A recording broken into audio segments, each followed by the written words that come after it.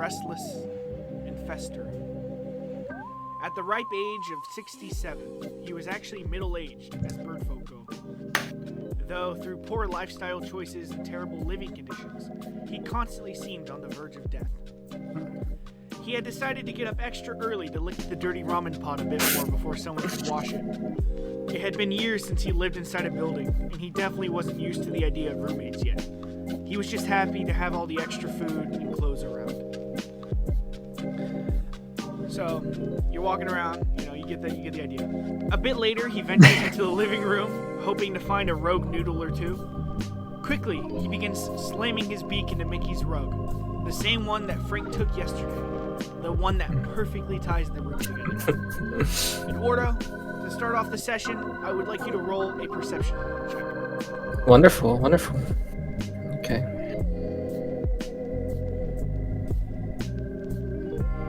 Let's see if I got any better at this. Oh. It's exclamation mark C. Exclamation mark C. Yeah, for check. That's wonderful. There you go. 18. 18. It's that bird eye. So you're sitting there digging through this rug, pecking at it, like I would around. do that. You find a couple ramen noodles. I look like a chicken, don't I? Yeah, you find some like even like the curled up like dehydrated shrimp. Like there's one on the You're eating everything, man. Everything you can find in this carpet. When suddenly your beak hits something. Something you look up and shake around, spit this thing out into your hand, and you look at it. What you find is a small tuft of brown fur sitting just on top of the rug. This is your first clue in terms of what happened to Mickey. Okay, we then cut to Bitey, who is finally wrapping up his first shift at the Quickie Dippy Mart. Quickie Dippy. I was right the first time. You are, yeah. So you've been walking around, working all night, stocking shelves, dealing with a few rowdy customers from here and there. Anything notable happened throughout the night, Alex? Anything that you would like to talk about?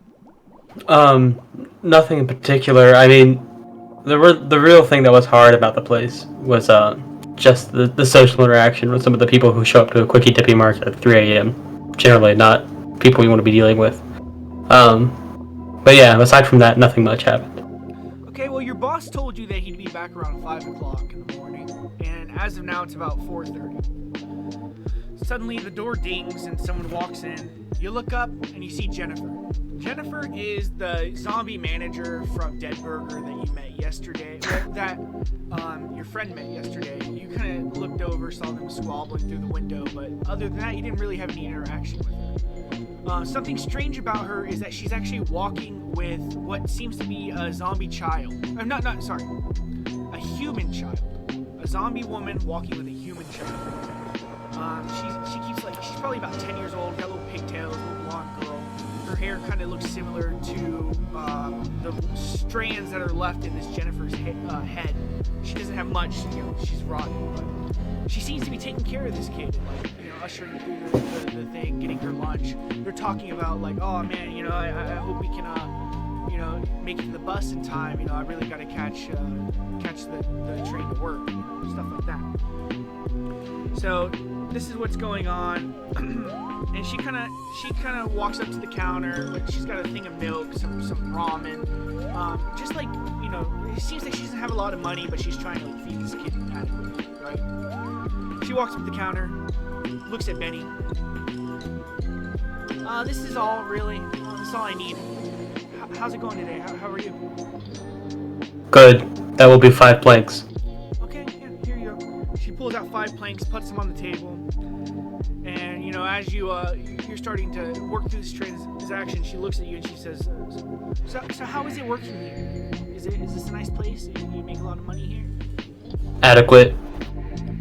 Cool. Yeah, you're quite the talker. I'm sorry. Look, I'm just super stressed out. Personally, I really hate my job and would love to get, something else. Dead Burger is probably the shittiest place to work at I can think of. I don't have to tell you about fast food. Fast food sucks. I can barely support my little sister here. You say anything to this?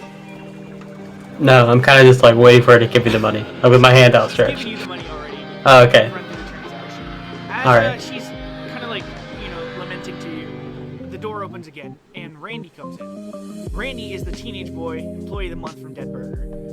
And he sees her and instantly, like, he gets flustered. His cheeks look like kind of get flushed, but like just a little blood kind of like starts pooling out of the cheeks as like they like redden.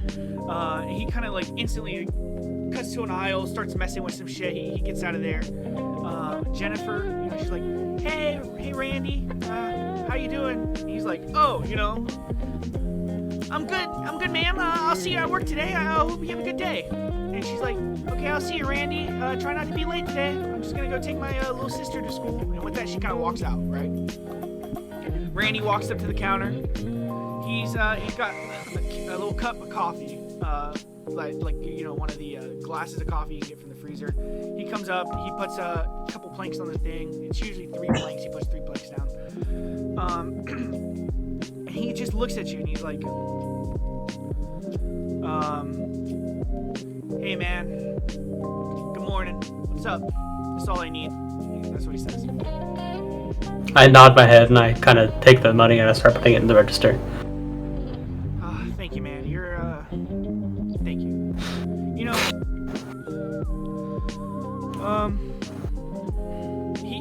kind of like nods his head, shakes his head, puts his head down, and he goes, why can't I just tell her how I feel? And he looks up at you, he's like, you know what, it's none of your business, I probably shouldn't have said anything. It's just that people just assume because I'm not alive anymore that I don't have feelings, that I don't feel anything, I don't have emotion.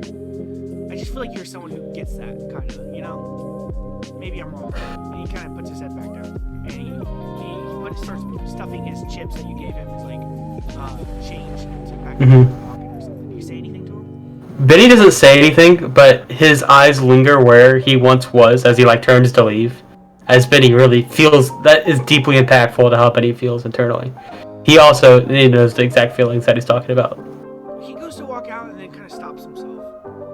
And he turns to you and he says, listen, I probably shouldn't be saying anything, but I saw you fighting yesterday outside of Denver. I saw you, whooping on that guy in that RV. Probably deserved it too. Listen, I know it's not your place. I know you don't have any business doing this, but if you got some guys that you can do a job for me, I'll give you 90 planks. It's all the wage earnings I have right now, but there's something I really need done. Are you interested at all? I'll keep you in mind. Cool. Here's my phone number. He goes and scribbles it on a piece of paper and hands it to you. He's like, so, I'll give you a little background. The boys at Thick Noodle, the people that own that place, they came into Dead Burger the other day, just messing up the place, like throwing shit, walking behind the counter, and, well, all that can be forgiven. We're used to little hijinks here and there, but the thing that's unforgivable is that they made my Jennifer cry. They made that beautiful young woman tear up and cry in the middle of the store. It's disgusting. And look, if you guys can help me, I'll give you 90 planks, like I said. And I'll even throw in another 50 planks if you beat up someone in particular. There's a little asshole goblin. They call him the Booger. He's one of the waiters there. If you rough him up, I'll throw in an extra 50 planks, trust me. And with that, he walks out. Okay, well, your shift ends. You kind of, start setting things up and stuff, and we cut back to Frank. Frank, explain what you were doing this morning. Is there a balcony in this house? Well, we established that we're upstairs, right? Upstairs, second. What floor are we on? Second. And so we have a balcony. No, we have a window. It's not fancy enough for that. Okay. Well, I'm just leaned up on the windowsill, smoking my morning cigarette. And I'm drinking some coffee. Okay. Just normal shit. Oh shit, I dropped it. Fuck! Oh, we're good. Well, out of nowhere, your phone rings. Oh. Hello? Hey, Frankie. Hitler. It's Beans. Frank only talks on speakerphone. Oh my god. Hey, Beans. What's going on? As you're talking, I guess Caesar the festering, he hears your conversation and kind of walks in. She's like, hey, Frankie, I need you. I mute her. I mute her while she's talking. I go, it's Beans. You say anything to that? I'm telling the Caesar. Okay, well, hey, Frankie, I need you and the boys to run down to Swords and shit today at some point if you get a chance. Swords and shit. Yeah, Okay, fuck. Jerry still hasn't paid attention to you, you know? Jerry? Yeah, Jerry. We got to get it all sorted out today. Unfortunately, he's a nice dude, so you know, don't play it too rough. But just try to get the money from him. Bring him back to the villa tonight. Okay. Be a good chance. How much does he owe? He owns about 3-4 boards. Oh. It's 4 boards. Okay. And listen, you know, meet me back at the villa tonight around 9 o'clock. Hold on, I need some more information here. Hold on, you're not just gonna send me to shake this guy down with just this. Oh, of course. How long has he owed us this money? It's only been a couple days. He's just a little late on his tribute. Only a couple days. Yeah, not a big deal. Okay, Good guy, so we're just good getting guy. Okay. All right. Okay. I Just don't making know sure. what's going on with him. Maybe inquire a little bit, see why he's taking so long. Okay. Good guy. I'm writing that down right now. All right, you know. Okay. Tonight's a good night for y'all. You guys are gonna meet the new boss, Horseface. Okay. Don't Can't laugh. wait. Don't laugh. It's Mancuso's son. You do not laugh in his face. Well, here's the thing about Horseface. I need to know right now before I see this guy. Does he really have a face like a horse? No, it's just ugly, man. He's half dragon, half fucking stone giant. You know, he's ugly as hell. What the? Why the fuck do they call him Horseface? He's fucking contorted and long like a fucking horse. Well, I just asked you if he looked like a It's horse. similar, but it's not a horse. It's a dragon. It's just he's so ugly. I'm gonna laugh. It's gonna be now. I'm gonna remember this conversation and I'm gonna laugh. Okay, well, you know, control yourself or he'll probably kill you. But that's all I gotta say. Anyways. Okay. All right. Well, we'll get it done. All right. See you guys later. Have a good night. All right. Goodbye. Frank doesn't hang up. He waits for Beans to hang up. She hangs up immediately. Okay. So, as you guys are having this conversation, Benny also enters, and he's kind of like putting his stuff down, and he walks into your room as well. I still have my uniform on from the Quickie Mart, so yeah. You say anything to What's up, Benny? Come over to the window. You look like a schmuck. I do resemble a schmuck, I say as I enter the room. Schmucky ass bitch. Hey, Benny, how was work? It was okay. I'm going to change. As you are talking to me, I just start stripping down. I have no modesty since I am a robot. And I'm changing into my suit, my everyday wear. Frank looks you up and down. Do you have a dick? No. Just smooth like a Ken doll? Yes. Cool. Okay. Frank, I need Yes. There is something that you had to show Benny. Yeah, I was actually gonna ask about that. Well, exactly. So I pull my phone out and I say, "Hey, Vinny, come take a look at this before while you're naked, but I'm just showing you." I'm pulling my And I turn trousers my up phone as around, like to show and you. I show you a picture. What is the picture of, Trev? It's a tiny burn mark in the back of the chair that Mancuso was sitting in. Yeah, so I show you this, and it was very, very, very small, right? Fine point, almost like a pin. I said, I've never seen anything that could do something like this. Wow, this fucking cat. Jesus, there's a cat in this apartment? There is, Anyways. none of you own it. What the fuck? You just kinda Anyways. climbs up through the floorboards and live your life. No. Anyways, I've never seen anything that could do something like this. Do you know anything about this? You know what could do this? Should I roll an investigation check, Trevor? Actually, I need you to roll. I think it's a history check. Yeah, investigation will be fine. I think history would be better. Okay, whichever is higher, it doesn't matter. Okay, I got an 11. Ooh, okay, well, you kind of look at it, and instantly your eyes widen and almost turn red. Like they actually do turn red instantly. All you can say, well, first of all, Alex, roll a Constitution check. Okay. 21. Okay, so you managed to narrowly avoid having a panic attack. seeing this thing. You see this, and you instantly start to like fluster up. Your hands get clammy, and whatever the robot equivalent of that is. My pants fall to the floor as I see this, as I let go of them. Yes. So the reason you almost freaked out is because you have seen this before. In fact, you have made similar burglaries in your life. This is a piercer bolt. It's a shot fired from a piercer bolt. It's a weapon that only Warforged have. And it is a well-known defense weapon that is specifically designed to pierce armor and kind of do like an instant kill shot. And it's like a laser. And based on Warforged code that you guys have all like in you, kind of like it's like your code of honor almost. And based on that, you are only supposed to fire this in extreme situations. And you freaked out and almost had a panic attack because the last time you fired your bolt was the day you almost died and the day you fell from the sky. Okay. Do you relay this information to your friends? As I like drop my pants and you see my eyes go back to normal, I say, that is that appears to be a Warforged weapon mark. What the? Which is of great importance. I've never met another one of my kind. Interesting. Okay, thank you, Benny. Are you alright? I'm okay. I bend over and try to kind of recollect myself pretty fast.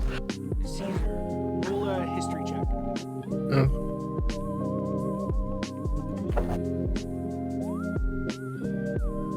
Exclamation. Oh. Oof. What? You look at it and you start drooling a little bit. Nothing really happens. But the important thing is you now understand two things. One, the Warforged had some sort of hand in Mickey's murder. And two, someone with brown fur was at the scene of the crime. These are your clues. And with that, you guys, I open the floor up to you. You can do whatever you want today. So, talk about it. Are we gonna need this? I pulled up the fur. What is that? It was on the rug that guy died in. We need. The one that ties the room together? Yeah. Oh, okay. Frank starts I mean, it's thinking, the he's only like, one we how did I got." miss that yesterday?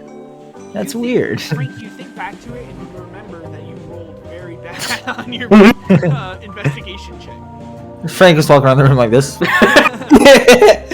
It was really dark in there. It was really Yeah. You weren't eating from the carpet. Yeah. Do we need this or not? I mean, it's just brown fur. I yeah, mean, as weird as it is, we should probably hang on to that. we got I it. think. Okay. I put it in my pocket. What was your? I was gonna suggestion? eat it. I mean, Yeah, no, we're gonna let's not do. Let's not do that. I mean, I'll defer to you. I put it in my pocket. Hey, so what kind of leads do we have? I feel like we should kind of get together for a second and think about all the opportunities for work we have.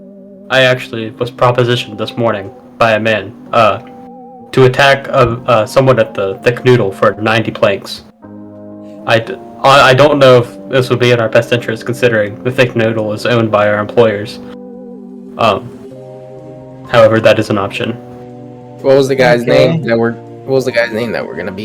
He works at Dead Burger. I do not remember his name. I have his phone number, however. I mean, You I'm don't get- okay. thinking that we go up to this guy. We say he owes us money. You know, win-win. Get his money. Get 90 planks. That's double the money. Yeah, so you're saying you want to go attack the guy at Thick Noodle? Absolutely. Wait, so I'm confused. Now I had to admit, Benny, I am a little lost because I don't know if this guy works at Dead Burger or The guy or Thick who would Noodle. the guy who would be paying us works at Dead Burger. The person we are supposed to attack works at Thick Noodle.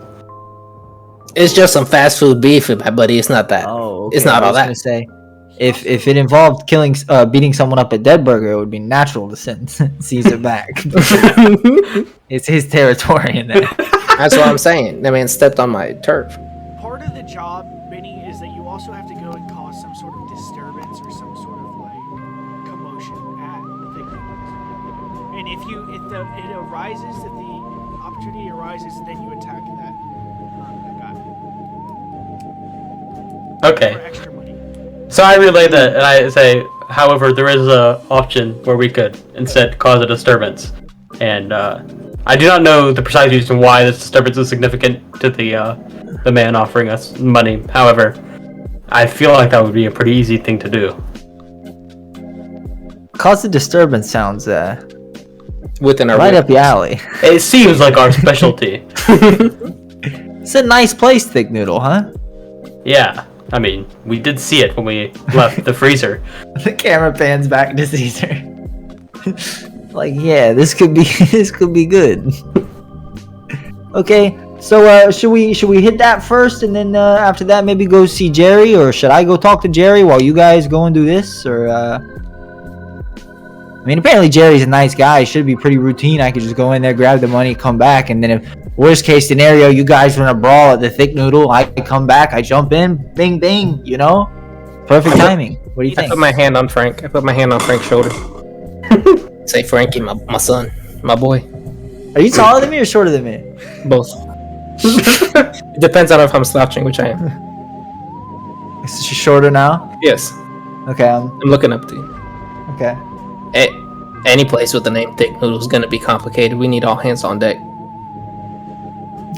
Frank's eyes are watering because he's trying really hard out of respect not to like make a face at the smell of you like right next to him, and he's like, yeah, All hands on deck. I do agree. I think all hands on deck's a good call. I slap him on the back and I say, Benny, this man, he loves his camaraderie. I need you to start stepping it up, and I walk up. All right. Frank cracks his neck. I can't really do it. Guys, just so you know, it is recommended. Okay, so this town Nope. is pretty large. So if you were to split up, it is not likely you would be able to get back to each other in time for like a brawl or something. So it's recommended if you're anticipating a fight to stick together. Okay, true. Sick. Okay. I'm hoping that there's. I not knew a that- fight I knew here. that I really already. don't want to fight. Well, Check, guys, all of you. Oh, oh, a lot of checks. Wait, what are we doing? Make an insight check. I got a 20! I got a 9. Okay, that's good. Benny, you remember that Thick Noodle is kind of like a mafia safe spot. Like mafia go here to eat a lot of the time. Oh, I failed that shit. Benny relays the information, I guess. I said that Didn't earlier. we already know that anyways? Because we got walked through that restaurant. I That's brought where that we in woke the- up. Yeah. I'm just I brought that up trying to in you like the initial conversation. So, disturbance. Yeah. Frank's like, I can't remember where I woke up the other day. How did I get here? So Benny pulls out his like 3-generation-old dumb flip phone and calls the number for the guy. I like the details. Which guy? The dead burger guy? Yeah. Frank's elbowing you. He said, "Put him on speaker. Come on." It does not have speaker. Well, it's gotta have speaker. It's not a beep beep. I kind of like I grab the phone and I'm tilting it back and forth with fingers like this, trying to figure out how to make it go on speaker. I look at it. Is there a speaker button that I can see? Can I do a check or something? Is there a speaker I button? go, here, look, it's right here, Benny. And I click it. You can plug your finger into the port at the bottom and then open your mouth and it'll come out of your. I say, let me Oh. try this, and I do that. Okay. I open my mouth and you hear the dial tone. Hey, what's up, Benny? I'm kind of working here. What's up, buddy? Have you thought about my proposition at all? With my mouth wide open, I respond because I just have like a voice box. It doesn't require me to move my mouth. And I say, we're deciding to take you up on your offer. Man, that's wonderful, man. I'm so glad to hear it. Listen, man, just really do your part. I don't know what you have in store for when you guys get there, but just fuck that place up, man. Fuck those guys. Okay, we will do that. Cool. Thank you, man. Thank you. No, wait. Frank, something's just came to me. Hold on for a second here. You know, here's the thing. It's a Mancuso establishment, the thick noodle, is it not? Yes. Should we maybe run this by Beans and just run some counterintelligence here? We could just get this guy whacked and get paid off for that instead of going in and fucking our own shit up with our bosses right now. Like, I mean, I feel like we shouldn't do this. This is why I was hesitant to do this at first. However, you guys both seemed rather eager, so I figured I would not bring up any more resistance. Well, here's the deal, man. Is if I had to use a metaphor, I rolled a 7 on my insight check, so I wasn't thinking clearly. But now I've given it some thought. Can I call Beans, DM? Yeah. All right, I guess let's call Beans and see if she answers. What's this fucking guy's name? You didn't even ask this fucking guy's name. This is Randy. Oh, Randy. Is this the same dude he talked to at the counter? Okay, nice. That's my phone. I'm calling Beans. Hey, what's up, man? How are you doing? Hey, Beans. Hey, listen. So, Benny was working last night at the Quickie Dippy Mart, and basically, long story short, we got this guy Randy who works at the Dead Burger. He's trying to get us to fucking go into Big Noodle and cause a kerfuffle, and I'm just wondering if what do you think about all this? Like, I mean, he's paying 90 planks, and we're pretty poor, and you should see this apartment. No balcony, fucking just a window, carpet in the bathrooms. So I mean, Listen, boys, you guys are, we're not the good guys here. You can really genuinely do whatever you want here. I mean, Mickey's not really around anymore. That was kind of his favorite place to eat, but I don't think many people care outside of that. I mean, they don't pay us a tribute or anything to protect them. So. Okay, so just to be clear, no feathers will be ruffled if we go in here and ruffle feathers. My feathers won't be right? ruffled. Mancuso, Okay. Mancuso can let it slide. We'll Good to hear. A word, say get some of our guys out of there because you guys got something you got to work on. We stick together here. Mancuso got business there. We all got business. Okay, yeah, let's do that. I think that's a good call. Make the call. Okay. She goes and makes. All right, goodbye. And I hang up. Fantastic. Look at this. We're politicking, baby. Let's go down there and fuck some shit up. Okay. So Thick Noodle's a little far. You guys are gonna need a vehicle. You gonna call a taxi? We're gonna have to call that shitty ass taxi driver. There's no public transportation. We have his number, right? There's a bus system. We got this guy's number. Yeah. Will it cost significantly less money to take the bus? Not significantly. Probably like half. This is a terrible public transportation system. Hey. Benny says, Run by the mafia. I think that we should participate in maybe fixing this transportation system. Yeah, somebody really should do something about this, huh? It's pretty terrible. It's actually almost The buses should extortionary. be at least as expensive as the taxis. You guys gonna start working on public infrastructure or something? That's Benny's new link, like his new inspiration. Okay, cool. So are you calling the cabbie? What's going on? Am I calling this guy or do we want to fucking walk? How long will it take us to walk there? We'll be sweaty. I kind of don't want to do that. Let's just call the cab, but I am not paying. I'm calling the cabbie. Phone's ringing. What? Cat Yeah, what's fucking going wild. on, man? What's up? Hey, hold on. Hey, what? Are you available? Available is what I do. I gotta. Yeah, Like, you don't have another motherfucker in the car back there? Like, No, why are you man. talking to me? No, man. No. Okay, hey, listen, can you come pick me up at, what's the address here? Eldridge Plaza, where I left you last time, right? Yeah, come get me here at Eldridge Plaza, right? And then we need a ride. You left some of your fucking hair in my seat. Some feathers. What? I gotta get I mute the phone. I say, Caesar, please. Can you wear a jacket? I can help it. It's the season. I unmute. I say, yeah, we'll get him out. I'm sorry about that, sir. It's humidity. Alright, Yeah, it's the humidity. That's the thing. It's not his fault. he's kind of not It's a listening. condition. He's turning. You can tell he's turning around and talking to a customer he has in his backseat. Yeah, we're gonna go pick up some other guys. Don't even worry about it. It's No, wait, hey, hold on, wait. Yeah, what's Drop up? those fuckers. Drop them off. We don't have enough room. They're going to We don't- Thick Noodle. I can't take them with me. How the fuck do you? I didn't even tell you where we're going yet, Where are buddy. you going? Well, I mean, I just so happened to be going to Thick Noodle, but I mean, fuck, I don't want to. So we're good. I just figured it was on the way. It's in the middle of Fine, the all right, city. jeez, I hang up. I hang up. Is he coming? Is he coming? He's Yeah, he's on his way. You guys, fucking Jesus Christ, man. He really said that This shit about fucking my town. feathers. He really said that shit about my feathers. Yeah, you fucking said Oh, that shit. fucking asshole! I can't I wait. know he is a dick. This guy. I really wish I had one other cab driver number that wasn't this guy, but I mean, he's the only one. It's kind of like a monopoly.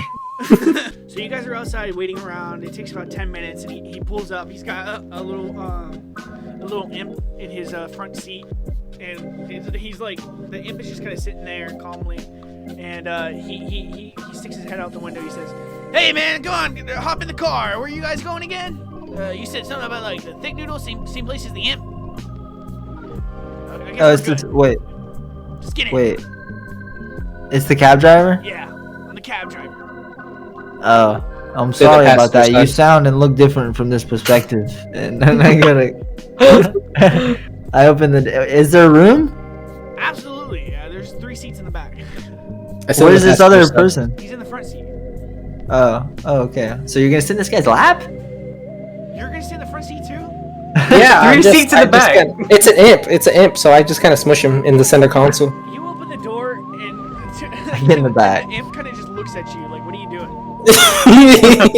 And I just sit down. I mean, he's not gonna tell me nothing. I sit down. Hey. Over and is very uncomfortable. What's your name, Yeah, Mr. yeah. Cabby? Mr. Cabby, I'm knocking on the partition. It's Deborah.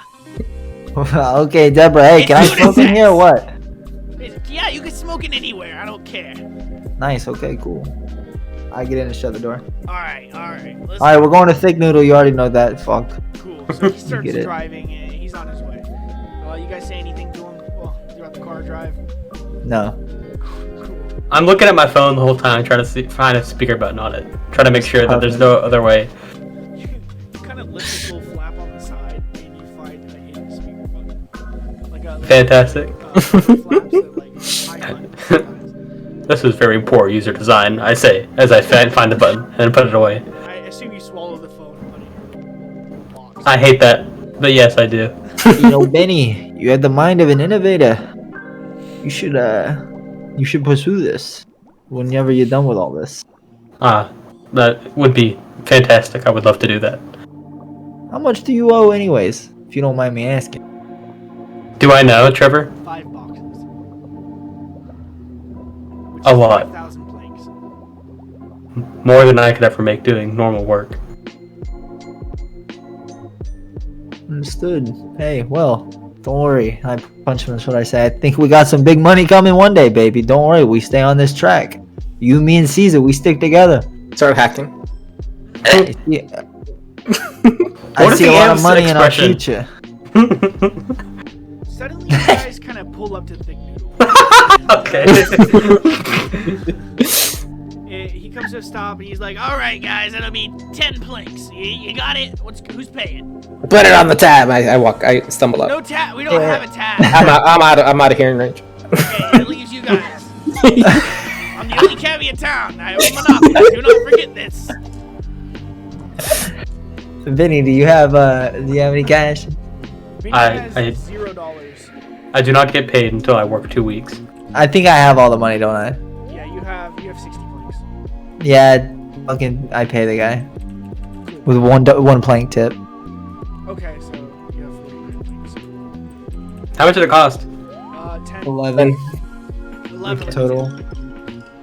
Okay, you guys get out and you kind You of insulted me last time, so I had. The imp mysteriously gets out of the front seat, it starts booking it down the street like it really has business at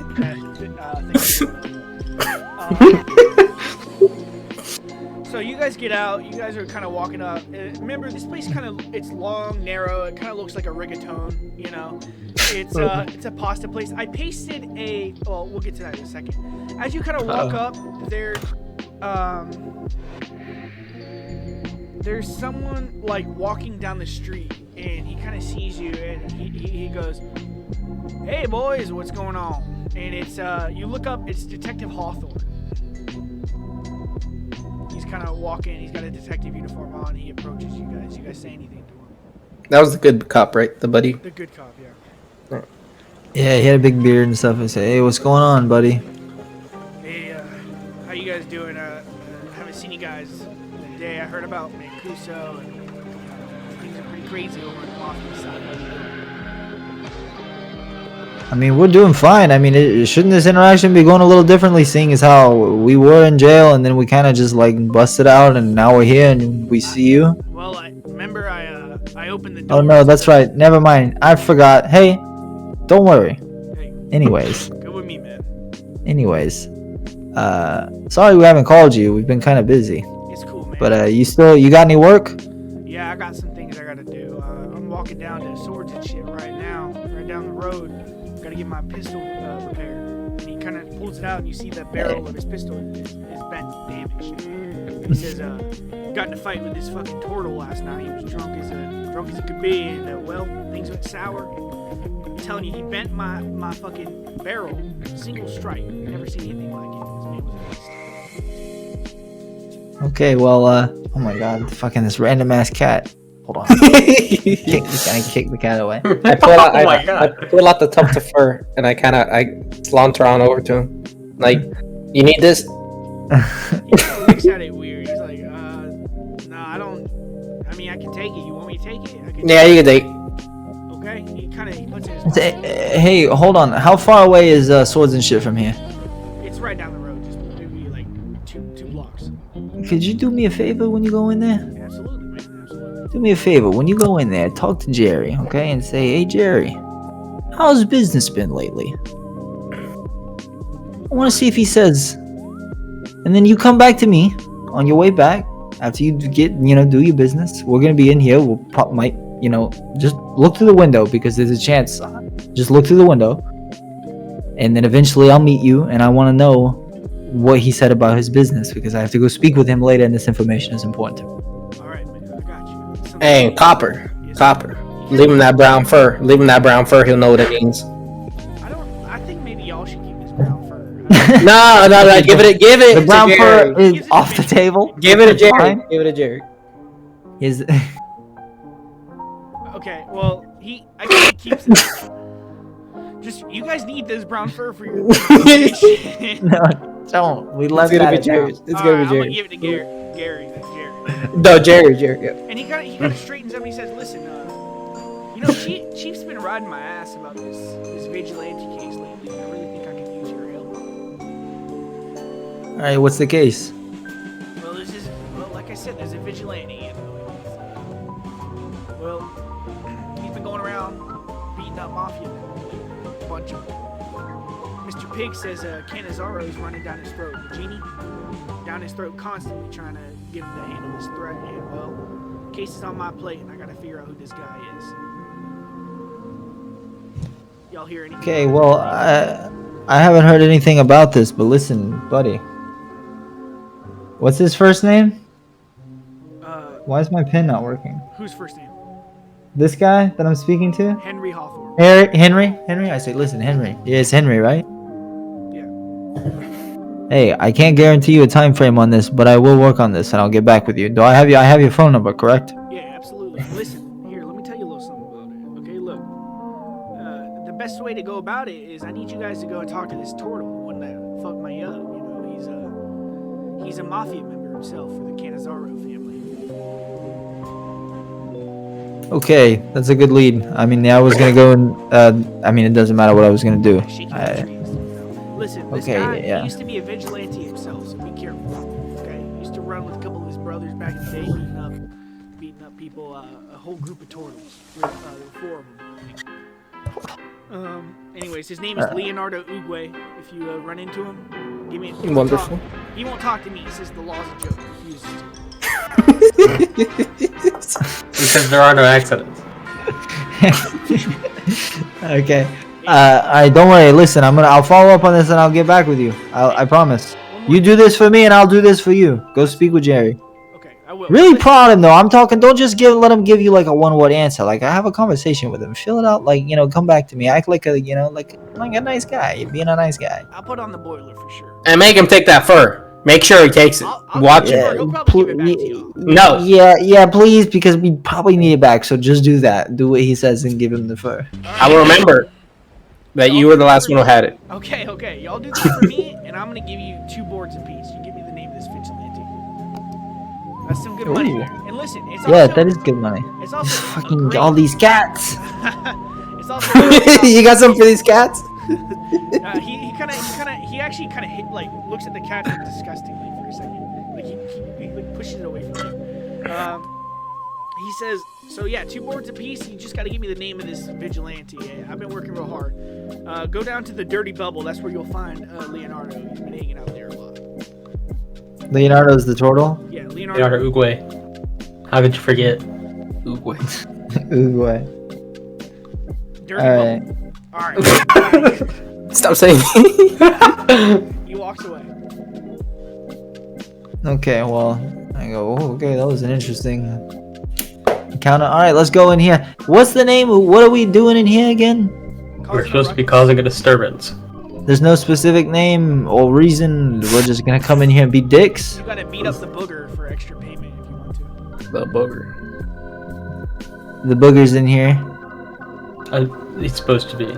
We are doing this as retribution, as some people from the Thick Doodle had caused a disturbance at Dead Burger a few days ago, and caused one of the people there to cry, apparently. Yeah, Jennifer. Frank doesn't know that, her name. Anyways, yeah, let's go. Let's go do it. Okay, fine, I have a plan. You guys ever heard of sloppy steaks? Not in this context, buddy. Don't worry. Watch this. You guys enter Thick Noodle. You guys have been here before. A couple people eating here. None of them are Mancuso men at all. I know that for a fact. You walk in and are instantly greeted by this figure. He looks like a giant plate of spaghetti. He's got meatball eyes, a breadstick nose, a little hat, and he's even like singing a little song. He's just kind of walking up to you. It's a suit. This is the mascot for this restaurant here. He kind of walks up to you guys, and he's like, "Yeehaw! Welcome to Thick Noodle. It's me. I'm Pasta Pete. I'm here to give you a table. Where do you guys want to eat?" How far out is his breadstick nose sticking out? It's just barely out. Okay. It's very important that I know that. He's kind of like he's strutting around, dancing a little bit. He's like, we can get you a window seat. We can get you anywhere you want. He starts humming like a little theme song that he has. He's like, meatball eyes and a breadstick nose. Hey, Peter. Hey, I hate to interrupt the song and dance. Peter, do you allow smoking in this establishment? Hey, buddy, this is Mafia owned. You can do whatever you want here. Okay, here's the thing. Can we get a seat towards the middle, please? In central. Seat right in the middle. Free real estate. It's free real estate for y'all. Hey, you got any of those complimentary mints that people usually get when they leave? I'm just saying, we're gonna leave. Can we have them now? I mean, just a little peckish. He kind of seems like he does not want to talk to you, but he kind of puts on a brave face. He kind of tilts his oversized cowboy hat a little bit towards you. He says, "Yeah, we'll have a couple mints at the table. That's what I like to hear. A waiter will be with you shortly. Hey, but listen, you guys are Mafia, right?"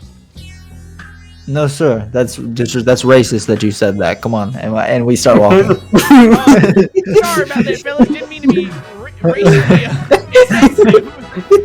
Figured I was gonna ask you a question. Actually, gonna offer you a job, but whatever. And he kind of starts. Frank stops and he says, "Well, you are racist, but lucky for you, I don't have morals. I'll work with a racist. What's the job? All right. I'm a free agent." Alright, Pasta Pete's got some workers. Here's what I need y'all to do. So there's this other restaurant, and I fucking hate it. It stinks there, and it smells like dead people. It's disgusting. I want y'all to go there and just fuck the place up. I don't care what you got. I want you with the beak, I want you to get up and start pecking at the sign, eating it a little bit, or whatever. And you with the robot, start bending all the chairs. I don't give a fuck. Go over there and mess it up. I'll give you guys 100 planks. I don't care. If I guess the name of this restaurant, can I get it? Can I get an extra mint? All I'll throw you 5 minutes if you can guess the name of this. Never. Holy shit, y'all got it. Okay. Running my. Big town, huh? Big town, but small town. Small town still. Hey, run me my shit. Okay, Frank wrote it down in his notebook, and he says, "Is there anyone specifically in there that you want to beat up?" Well, there's his manager in there that could really use her fucking skin peeled. Damn. Look, Who's that? It's not that big of a deal. Look, she's a zombie. You can just kind of push her a little bit with some skin peeled.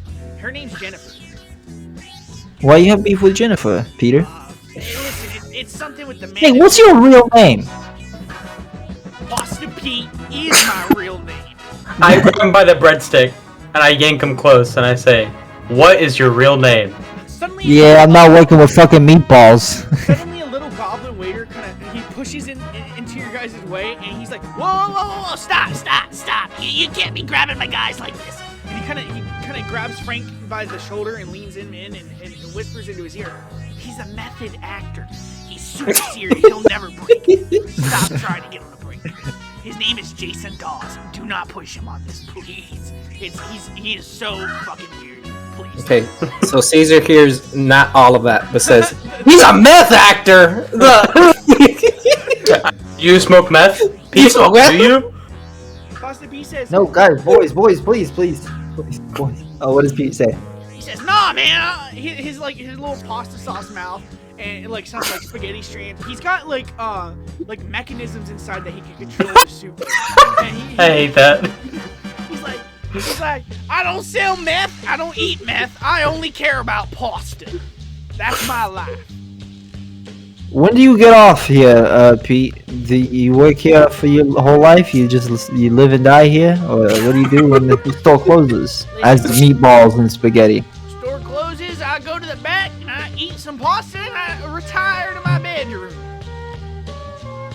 What You time live here. does the store close? 8 o'clock p.m. We'll speak to you then. Let's go to the table. I hope to see you there, but the store's gonna be closed. Don't know if we can open the doors for you. We're gonna find this motherfucker. I'm gonna rip the suit off of him, one or the other. I'm not speaking to him anymore when he is in this suit. All right, buddies. Well, I hope you enjoy your table. And with that, he shuffles off. He goes back to singing his song. He's like, "With some meatball eyes and a breadstick nose, Boston Pete's coming for you." And he he shuffles off. Jesus Christ. I'm scanning around the place. Do I see anyone that looks like the person I'm looking for? Who's the person you're looking for? The person that we're here to beat up. That's the guy. The booger. The goblin guy. This is the goblin that interrupted. He's like, "All right, fellas, how are y'all doing today? My name is Lenny Lovitz. All right, people have a nickname for me. We're not gonna be using that." So, Booger, you mean? Snot face. he stops and looks at you. He's like, "Yeah, they call me the booger. Why is that? Do we have to get into it? Like, can it not just be like?" Yeah, it's kind of important. Yeah, we do need to get into it. Yeah. What? Also, can we get some extra mincemeat? Doesn't seem to be any at our table. Here's some. Yeah. I light up a cigarette. I'm like, it's kind of a problem I have. I really need to know everyone's nickname. The whole time he's walking to your table, sits you down. He keeps throwing mints on the table because you keep asking for it. He sets you down. He's giving you menus. The menu is now in general. We'll look through it together in a second. And he kind of straightens up and he says, "Well, back in the day, I had this woman I was in love with. Her name, she was a dwarven princess, and I loved her very much. And well, she was betrothed to Mickey, gonna marry Mickey Guso. And I tried to stand up to him, be very brave. And I told him, Mickey, that's my girl. You're not taking her from me." And he picked me up and blew his nose into my chest. And ever since, people call me the booger. So, it's so humiliating. I'm so upset you made me tell you that story. I would have called you snot rag. Frank's face is stone cold. He's like, it's okay. I just really needed to know. I would have called you snot rag personally. Cool. Well, not cool with you. You suck. But listen, the rest of you are cool. Anyways, here's your menus. I'll be right back. Let me know if you guys want anything. You guys start looking over your menus, and Oh damn. This is a terrible picture. Here, I'll just start reading it to you. I need a steak. Okay, so what they have here at Thick Noodle, they have some chunky pasta, which is a hearty tomato or creamy Alfredo with a choice of meats and thick, chewy pasta. There's something called fat macaroni, which is mac and cheese with massive teacup-sized shells, and the cheese sauce is like duck fat based. There's ravioli, which is just essentially a small meat and cheese ravioli baked into a larger ravioli. There's soggy bread, which is these long loaves of bread cut in half and dunked in melted garlic and garnished with dried unicorn scrote. There's ugly balls, which are 2 giant misshapen fried cheese balls. They're battered and seasoned with breadcrumbs and drizzled with delicious dragon drool. And then there's the long one, which is one massive 6-foot noodle shaped exactly like a pool noodle. Its center is packed with cheese and pasta sauce. And this is kind of actually a challenge to eat. If you manage to eat the whole thing, your picture's put on the wall, and you're given the ability to write a new rule in the Thick Noodle rule book. And your meal is waived. The fee is waived. But it's 300. Oh god. Oh god. It's 300 planks to buy it. Yeah, it's three boards. It's very. But it gets. But it only gets for lose, refunded right? if you- Only yeah. for lose, we have to pay that. Yeah. If you win, then you don't have to pay. All right. Oh Okay. god. Hey, what do you guys say we get this?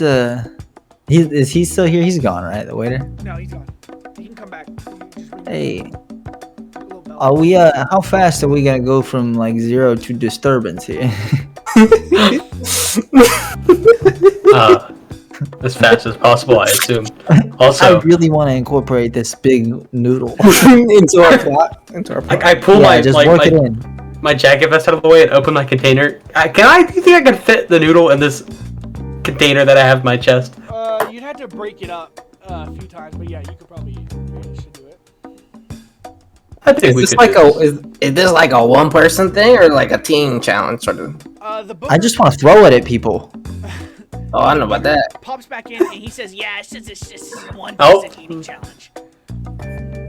The other 2 have to sit and watch." Okay, thank you, Booger. We'll Okay, bye. speak to you in a Sorry, moment. it felt like an adequate time for me to pop in. No, it's fine. Hey, get it's some great. mints. He starts grabbing some more mints. You see him. So, He just throws it to me from the reception desk. Benny, I think you've misunderstood me a little bit, though. I want to incorporate this noodle into our disturbance. I want to create pasta chaos here. I want to throw these fucking things around. They're big. I want to create a mess. They're expensive. I don't want to pay. I want to create problems in this place. I think Okay. you're I like underestimating the amount of havoc a change in a rulebook could have. That's what I'm thinking. What's the change in a rule book? That was one of the If you things. win. If you win, you get to change your rule in the rulebook. Or make your own rule. Make your own rule. Okay, I guess we could just try to eat it. There's a table next to you, and they're kind of eating, and they overhear some of this, and one guy kind of leans over and he says, "You know, I wouldn't attempt to, it's Bitey. He's eating there. He just walked in. I wouldn't attempt to, try to do this whole, long one challenge if I were you. I heard last time someone almost won it, they started fighting the guy. Like, they just started, like, they sent, waiters in to, like, pry the thing from us so he couldn't finish it. They really don't want people to win this challenge." He goes back to eating his soggy bread. Okay.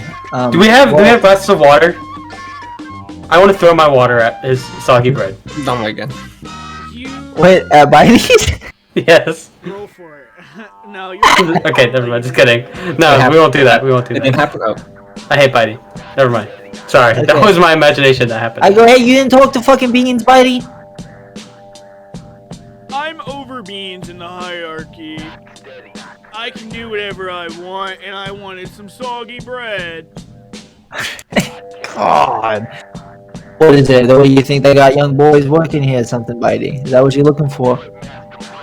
Looking for a nice little fucking piece, huh? Bitey, that's why you're the thick noodle. I don't know if I don't know why I've given you this impression. I don't feel like you should think of me this way. And well, I'm gonna go back to eating my bread in peace. Yeah, you do that. All right. Hey, so Benny. Okay, here's the good plan. You are the only one who's physically capable of consuming this much pasta. I cannot do it. I will die. So you will have to, and you can get this challenge. I'm gonna cause a kerfuffle because there's no goddamn steaks on this menu, and what the fuck kind of fucking place is gonna fucking be a mafia restaurant, no goddamn steak on the menu. So what I'm gonna do is I'm gonna be a bitch about that, and I'm gonna ask for a steak until one is provided for me. If one is not provided for me, I will cause a problem. I want to take my glass of water, I want to pour it all over my steak and cause a giant mess. And if anybody tells me I can't do it, I'm going to scream at them while you eat your noodles. And this is just going to be what we do. We're going to be obnoxious, we're going to be loud, we're going to get drunk. And we're just going to... And if somebody comes in and they tell us to leave, we're going to beat the fuck out of them. And no matter what, boys, and this is the most important part, we don't pay for anything when we leave here.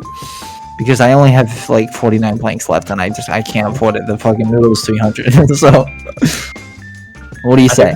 I lean in. Fantastic. I say, Benny, this could work. It's just crazy enough to work. You eat the noodle. me and Pretty Frank over here cause distractions from how successfully you're eating this noodle. It sound like a plan? That does actually sound like a very good plan. Alright. What's the rule though? That is a good question. What rule should we do? Do we want to be funny about it? We could make them give donations to Good Burger every month. Tribute. We could demand a tribute for the man Or family. we could make that really creepazoid guy, dancing guy. Every time someone comes in, he has to sing the song, then take off his costume, and have the emotional duress of that, and then kick them in the balls or corresponding bits before they're seated. We could also That's get pretty Bitey funny. banned I from was the gonna restaurant. say that every customer, fucking booger has to suck their cock. But I mean, that's Hey, yes. that's a Yes, little. it's There's a funny bit more too. self-interest in that one, but I'm not disagreeing with you. They didn't put any sort of character limit on this rule either. I mean, we could form a constitution. They could probably be sub rules within the one rule. I do want Bitey to be banned from this restaurant. We all look at him. God, I fucking hate that guy. Trevor, I have a guy that I think he looks like. I want to send it to you. As you look at, he's kind of tearing at his soggy bread, and you can tell he's like in love with his food. It's so good. He kind of even says to himself, like, God, I'm so glad I have this place as my safe haven. And I can always come here. That guy is getting banned. I hate him. So I guess Booger's gonna come back up to you. He's like, so have we decided what we're eating today? I want the long one. The long one. You. Are you making What? fun of me? It's not right. Okay, I'll get it. Anything else for the other two? Because it is a one-person challenge. You cannot share it with other people, or you will be disqualified and will have to pay. Frank is scrolling through his phone. He says, "Hold on, I'm trying to find this picture to show my friend. Give me a second." Okay. You see, my friend Full Service Baby over here is a busy man. Got a lot of stuff going on.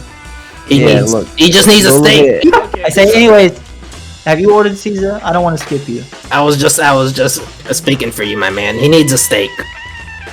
Yeah, it's true. I hate to It's be this simple. guy. There's no steaks on the menu. It's simple. Yeah, we don't have steaks on the menu, sir. I mean, you just said it yourself. What do you want me to do? Well, listen, I know you're just a waiter, and it's not your fault. So if it's not too big of a deal, listen, my friend, No, you it's a can big deal. go get. Hey, hold on. Frank, Frank. Go put in that big noodle. Go put in the big one order. While we discuss. Go put it in. Let's get that started. Wait. Before we do want to put that in, but Get that please, started. I don't want to actually talk to you again. I'd like to speak with the chef. Could you talk to the chef? Go put it in and bring the chef. Yeah, put the big noodle in and send the chef. Yeah. Okay. I mean, this is such a bizarre. Okay, yeah. I'll get a. Hey, bring it back some fucking mitzvah once. Okay. I'll do There's a pile of knit wrappers on the table. He goes, he puts the order in. You guys have some time to kind of sit there and you kind of see possibly dance off in the background. And after a little bit, they come out with this fucking 6-foot-long pool noodle shaped fucking piece of pasta. And he lays it in front of you and he says, you got 30 minutes to eat it, sir. And then also the cook kind of walks in behind him and he's like, hi, I heard you requested me. He's a very shy dragonborn, and he's really skinny and kind of like frail looking. Like he was born like a sickly dragon. I say yes. I do have a question for you. Me and my friend here, actually, both. Hold on. I light a cigarette up. Caesar, you want one? You want a cig? Oh. I handed it to him. Yeah, here's one to munch, one to smoke. I'm munching. Right. So I light your other one. We're smoking. I say, so here, what's your name, my friend? My name is David Dew. David. Where are you from, David? I'm from here in Arkney, born and raised. Oh, interesting. Okay. Yeah.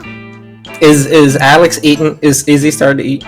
I'm taking very small bites intentionally. Okay. Okay.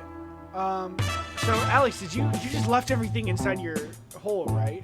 I was going to say something, but I didn't want to interrupt the flow of conversation. I've been emptying out my cavity while this is happening. Okay, it's just in your lap now. I'm just trying to like put it in the pockets of my suit jacket. Okay, well you start gnawing away at it. You don't have to roll any checks because you're not actually eating it. You're actually going through pretty fine.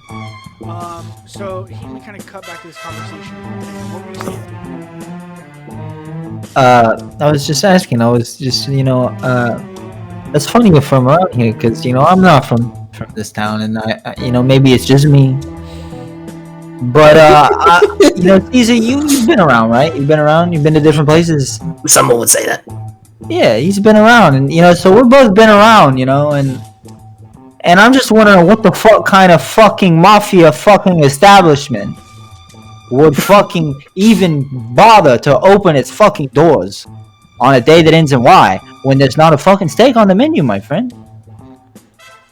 Sir, no one told you that the steaks are per request. We got. What do you need, man? We got some milk steak. We got. Goddamn. Where's that? Is the waiter here? Is he here right now? He kind of pops. He pops back in with your drinks, a refill of water for each of you. What's up, buddy? I look at the chef and I say, sir, I'm sorry.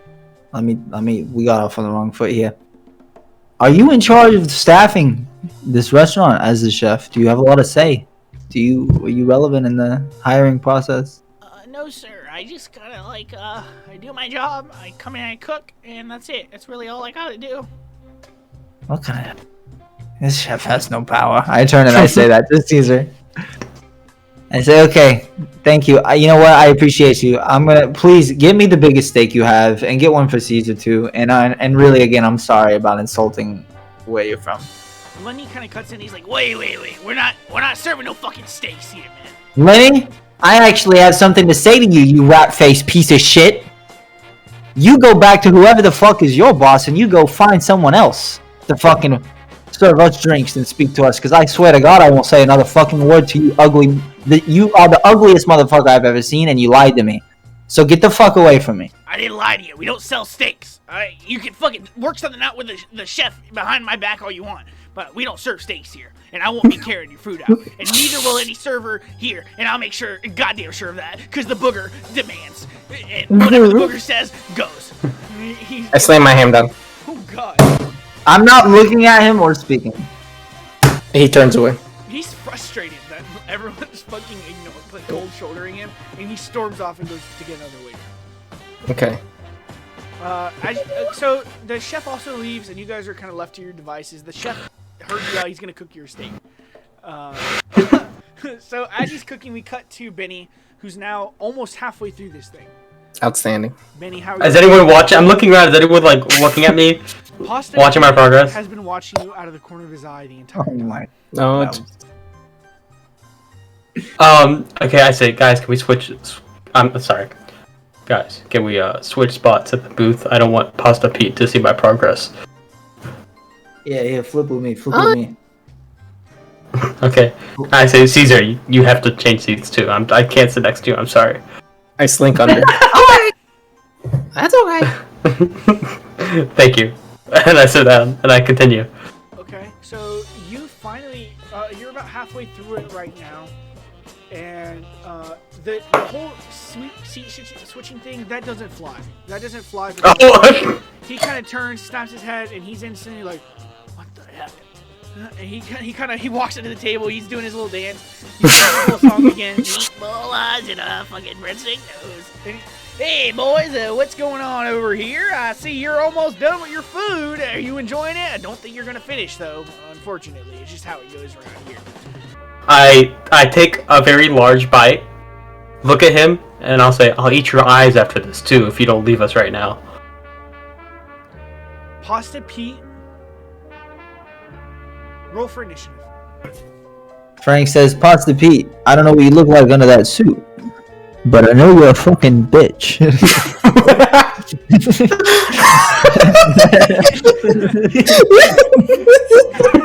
And I want to roll for intimidation. Okay, roll for intimidation. Can I roll to shove it? No! Oh No! I failed! I think since you guys can hear me now, I'm retroactively making the Kenku like a mockingbird sort of bird. In that I repeat, like when I hear someone's voice, that's how I speak. I don't have a voice of my own. I dig that a lot. That's amazing. You also mock people a lot. So what's happening right here is Pasta Pete kind of whips back and throws a noodle. He's going towards Benny's neck. He's throwing his noodle right towards Benny's neck. Now, Michael, Frank the Face, you have the best initiative. You're going first. What is your reaction to this? Is this noodle is he just throwing a noodle? Like, did we roll initiative, but we're just like fighting a dude that's like in a pasta suit? Trust Okay. the process. So he's like throwing pasta, right? Like that's. Well, no, he has like these long arms that he can like whips almost. Part of the suit. Okay. Oh. So is threatening? He's going to attack Benny. Benny, your objective is to finish this pasta noodle as fast. They don't want you to finish it. Okay. Well, can I roll for like sleight of hand and try to catch the noodle? Yeah, I'll let you do that. Here, let me roll too. It's gonna be a opposed, I guess dexterity check. I have sleight of hand check, and I get +5. Oh my god! Oh my god! 2 crit fails? Yeah, I'm out here today. You're actually okay. So he rolled. You're actually good. You're good. He didn't roll so well either. So you managed to reach out and catch this noodle. I'm not worried about a bitch in the pasta. I will shoot this bitch in this restaurant. Okay, so next is actually Pasta Pete's turn. So Pasta Pete didn't like what just happened. He's gonna move towards you. 1, 2, 3, 4, 5. He's going straight towards what's your name again? It's Frank. He's going towards Frank, and Frank, he's gonna make an attack on you. Okay. So does a 13 hit?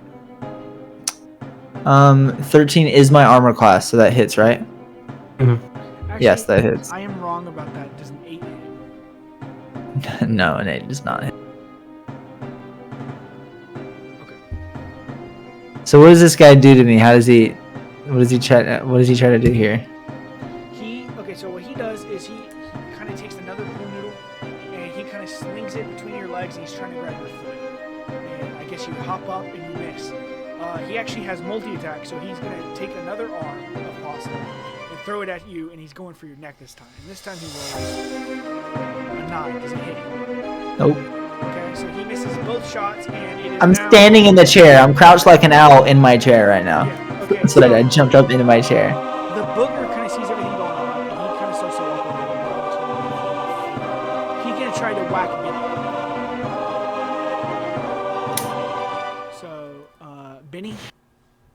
Yeah. Does There are no people in this restaurant. they're just eating their meal because every time someone orders this, the staff does this. So the booger, he rolls up to you and he rolls a 13. That doesn't hit, right? No, not at all. Okay, so he kind of like he takes his menus and he tosses one right at your forehead, and these menus have like a metal lining, so they're actually pretty sharp. And actually, let me do something really quick. It rings out against the metal of my forehead. Yeah, it just bumps into your head and does absolutely nothing. Okay, so what happens now is it's Eduardo's turn. Sick. You can move your character. I don't. I was about to say, would I have a movement if I put myself here next to, in between the snot I don't and think you can make it there unless you jumped over the table. that's what I'm doing. Okay, so you have to make an athletics check. 13. Okay, yeah, you clear it and you're able to make it over, and you're attacking Awesome. the booger specifically. Yes, so as I'm doing that, jump up, slide across the table, I grab the big wad of plastic mint wrappers I had, and I just like pound him into his face. Or try to. Okay, so roll. You want to roll? Yes, sir. What's that? What would I be doing? Just a D20? Any adds? A D20 plus probably. What's your unarmed strike?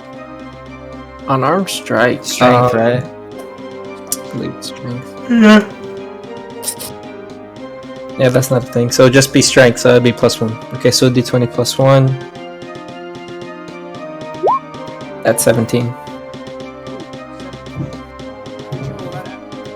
On the roll 20. And beyond, yeah. Oh yeah, sorry. Oh, I forgot I was supposed to do that. No, we don't have to. But anyways, yeah, you clear that shit. You take these and you kind of shove them into his mouth. And he drops a few more from his pockets and he stumbles backwards a little bit. He's pushed back by this one. Roll for damage. Oh, wonderful, wonderful. What damage dice? You should say something. Yeah. Actions. I remember last time I was in D. I was like, why did you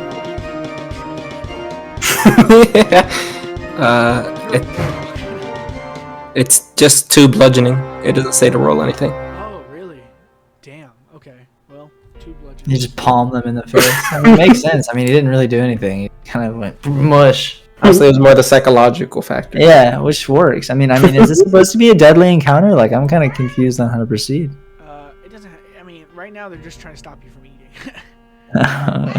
Okay, because I mean, there's the cat in this fucking restaurant. Who let the cat in? Frank, we're back to you, buddy.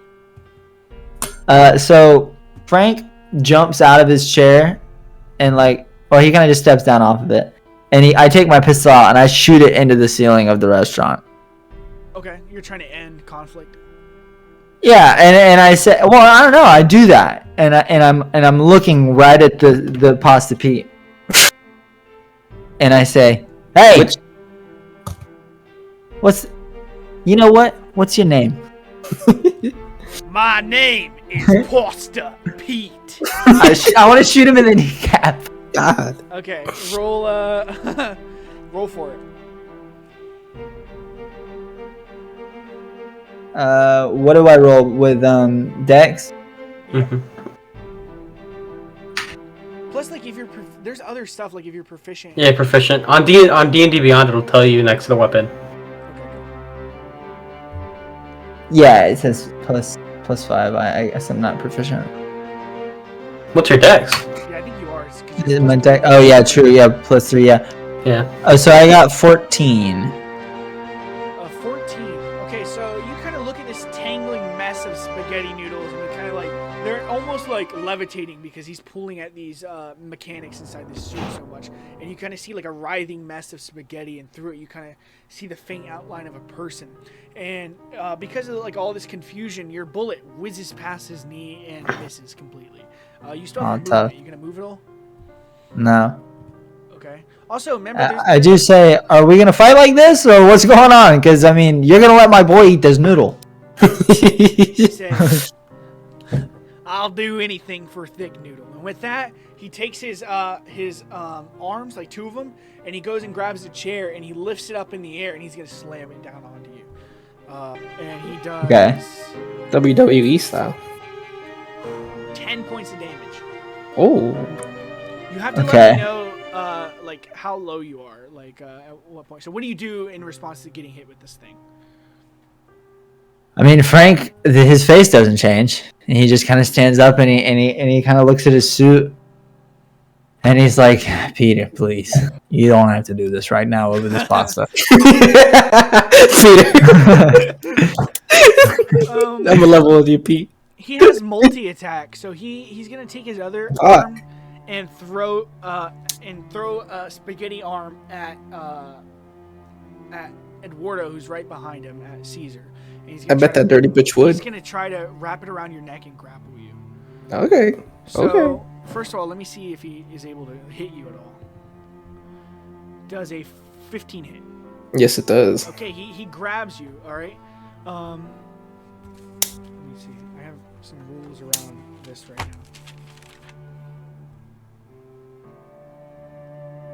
Okay, so roll a dexterity saving throw to see if you are able. How do I do that? Kind of get your way out of this, or you can try to brute force your way out of it, or you can try to like bust Gotcha. out of it with strength, or you can try to Or do a dodge dex. it with dex. It's up to you. I'm gonna do a dex. Okay. What should I roll? A d20 plus dex? Yeah. Okay. My dex is 3. Oh, so 9. Ooh, okay. A 9. You do not avoid it. So I do not avoid it. He grabs you by the neck, and now you're restrained. So, the thing with being restrained is he's holding you. You can't move. You can't go anywhere, and you're able to try to get out of it on your next turn if you want, or you can attack him. Whatever. But it's not causing me damage. No, it's not causing you damage yet. Okay. So we now cut back to the booger. It's the booger's turn. He walks up to you. He sees you're restrained, gets a little closer, and he instantly takes a menu out and throws it right at your beak. And he's trying to hit you right in the beak and chip it or something. So, ooh, he rolls 6. Good. He completely misses. The menu goes flying straight into the air and implants itself in the roof, and he's just kind of stuck. Let's go at the end of the initiative. I'll just go at the last initiative. So, Okay, so- whoever's last, I'll go after. It is your turn now. Okay. Do you want me, what kind of check do you want me to make? Let me think about that. So I would say probably Constitution, or Okay. yeah, Constitution, because you're trying to. Like, and so the reason it's not easy for you when you get towards the end of this is your hole's kind of getting full, so you're having to stuff this down your throat. Mhm, yeah. Okay. Your hole. I made a 13. Your hole's kind of getting full is the title of this episode. So a 13, you force it down, and you are now you have a quarter left. Okay. Miss a quarter at a time. We cut to Frank. Okay. Okay, I'm gonna try one last time to try to speak reason to this guy and let him know that me and Caesar will kill him in this restaurant. I'm gonna roll intimidation, and I'm gonna say, look, buddy, I already shot at you once. The next time, I'm not gonna miss, and I'll kill you, and I'll kill your fucking booger friend, and Caesar will eat your fucking dicks off while you're rotting in this fucking disgusting, moldy ass restaurant with no. I turn and I gesture. How many people are there? There's like 4. Yeah, there's fucking 3 people and a fucking pedophile in here. This place is dead. Just like you will be if you continue to fight us. And I'm gonna roll. You can stop eating the pasta. Well, let me see what you roll first. You're rolling. Yeah, I'm gonna roll. Yeah, and then if I fail, I fail. Ooh. He says, It's up to you. He says, he kind of lowers Caesar back to the ground, and he looks at you. He says, "Listen, partner, no lives had to be taken today. this can just be some friendly scrimmage right here or something, you know? Like, why do we have to? Why threatening life, you know? And he kind of puts his spaghetti noodles up. He's like, you can walk away at any time and stop eating that pasta, and we'll pretend this never happened. Frank puts his gun away, and he says, "Okay, I see how this has to go. Okay." And how close am I to this guy? You're right next to him. I guess I'm just gonna try to take him to the ground. Oh, you're gonna tackle him? Yeah, because I mean, it's clear that this guy is like he wants to fight. So, but I'm not gonna be the guy that shoots him. Okay. If he's trying to just have a fisticuffs battle, even though he did just break a chair over my back. Okay, listen, the gunshots, I mean, they're not... I did shoot at him first. Yeah, I mean, if you want... The gunshots don't have to be fatal, you know. We have healthcare in this city, you know, just so you know. Like, shooting someone is not the end all. It doesn't mean it's lethal. Well, I mean, I know they have health and stuff, but I just don't know how it works in terms of like escalating conflict. Cool. I mean, people see it as like pulling a sword out, pulling a hammer out. You know what I'm saying? Just in the world, so you don't have to worry about like always like thinking like, oh, if I shoot, it means I have to kill this person. You can shoot in like a fight. You know what I'm saying? As long as you don't, you know, try to straight up finish him. Okay, well, I'm gonna try to take this guy to the ground, and I want Caesar to molest him. Okay. What? Roll with unarmed strike. It's gonna have to be dex or it can be strength, depending on if you're gonna try to force him down and like yank him, or if you're gonna like try to like get over him and like grapple him. Like, what's up? No, I'm gonna try to. Yeah, I'm gonna try to. If I can do dex, I'm gonna try to do like, you know, like an anime move where I fucking sweep his legs out from underneath him and then just fucking like grab him and fall. Yeah, I'm down with that. So roll for that. It's gonna be Strength's opposed, graceful. It's gonna be opposed. That's fine. That's fine. Let him oppose that. His strength. Try to brute force his way. That's fine. Yeah, he's not getting out of the natty 20 with the +5. You have a natty 20? Yeah, he loses. Oh my god, bro! He rolled 19 with +4. Yeah. You whooped his ass. So. Oh yeah, you got work. So you straight up you run and you slide on the ground, and as you're going through, you kind of like whip your arm out and clothesline his legs, and then you kind of slide, turn around, and like jump into the air and kind of like throw an elbow down on him as you're falling back down, and you're grappling him. He's on the ground, he's prone, he cannot move right now, and you have him restrained. So okay. That I'm gonna count that as your attack, and that's fine. Yeah, I figured that's a whole turn because I did a roll too. Like I tried to persuade. It's now his turn, and he's gonna try to break out of this. So he's gonna make a check. And, Mike, I need you to make a check against him. Yeah, I'm gonna. What am I rolling? Strength. Yeah, strength. Okay, this is bad because I'm rolling raw dog here. 14, not terrible. Okay, so he tries to get out. He starts pushing at you and clawing at you and whipping his arms around, but you hold him in place and you force down. He's not getting up at all. Nice. All right, we cut over to the booger. The booger sees that his friend. Oh, I'm gonna kind of put you on top of this guy. So we cut over to the booger. The booger sees what's going on, and he's gonna actually throw a mini. He's gonna disengage. Back. Well, not disengage. He's gonna try to like get out of this area. Then you get then Edward gets an opportunity attack. So you have an attack of opportunity as he does this. Okay. So you want to hit him or you want to let him slide? What's up? Thinking.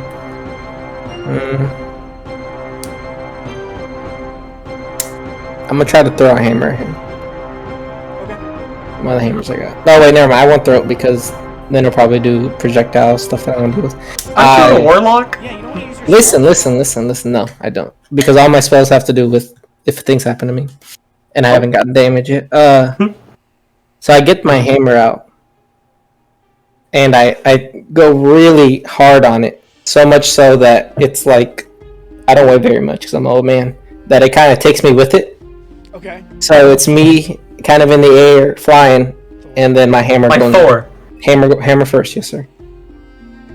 All right, roll for it. I will. What's your roll to hit on that? Like it's plus what? I think it's just wouldn't it just be strength? I don't know, Alex. If you have proficiency, it's plus your proficiency. Are you proficient in hammers? I think I'm proficient in low simple weapons. Sure. If you have a hammer in your thing, it'll tell you what to add to the hit. Gotcha. Add to the hit +3. Okay. Okay, So D20 +3. Yes, sir. Game of Thrones moment. God. So 19. Nice. Big money. Yes, sir. So I do that, and I hit him right in the. I see he's got a big nose. Hit him right in the tip of the damn nose. Okay. You do that. What's the damage? I'm doing that right now. That's 1d4 +1. So 2. 2 damage? Damn. Yes, sir. I was just aiming for his nose. So.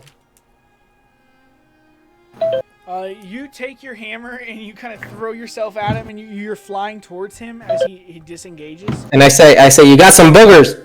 Oh my god! So as you do this, you slam into his nose and you kind of blow past him right here, and you do 2 points of damage to him. And his nose kind of cracks and it's bent to the side now, and you see like some blood and a few boogers like fall out of his nose as you do that. So it's still his turn, and he's throwing a shield, a menu now at Frank. So Frank does a critical failure, fellas. So He hits the spaghetti monster. Dick. He gets these He snots on it. and he's got like 2 in his hand, and he goes to throw them, and they fly, both of them fly around you, and then they kind of loop back and plant themselves in his own shoulders, and he takes 7 points of damage. So these push him back and pin him up against the wall, and he is just completely fucking like pinned. Oh my god, he was like spinning them like Mortal Kombat. He would. Oh, if you don't do that, please. You can't reason with it. All right, boys, we now cut back to Alex. No, actually, it's Eduardo's turn now. Since I had that, how I look over how Caesar, come fucking do something nasty to this bitch. I look over how finished is Robot Man with his meal. You see he's about 25% through it. Okay. What? So he has 75% left. Wait. No, he has 25% left. My bad. Okay. I messed up. All right. So I hear the call of Full Service Baby. I hear the hole's clogged.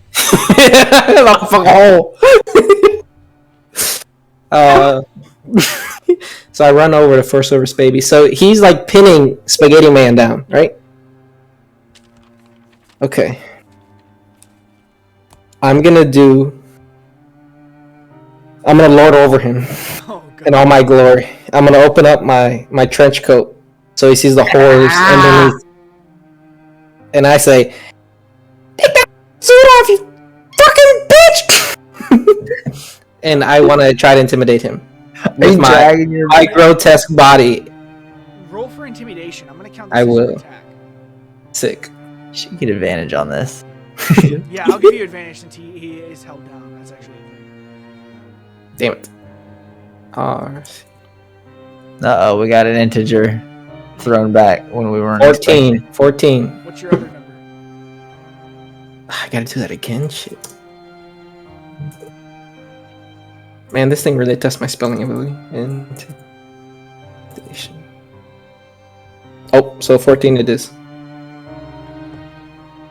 So he looks up at your, I assume you're nude under this trench coat. Yes, absolutely. And like patches of feathers, very nasty. It's a whole thing. Wrinkly. It's like your raven slit. I don't know what. I mean, if you ever seen like a featherless bird, it's nasty under there. Okay, well, it's disgusting.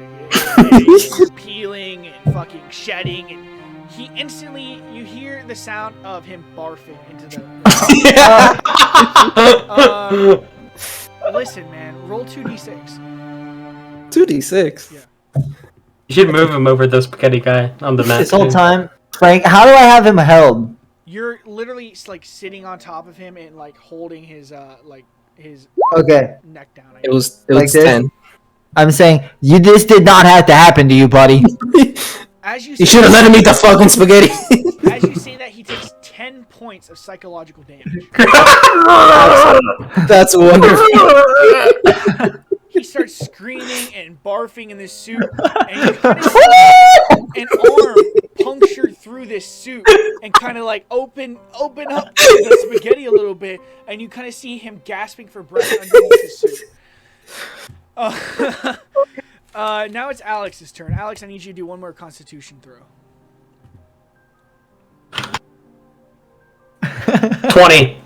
Dirty 20, but 20. Oh, okay. So, you kind of grab this pasta, this pool noodle looking thing, and you start Glizzy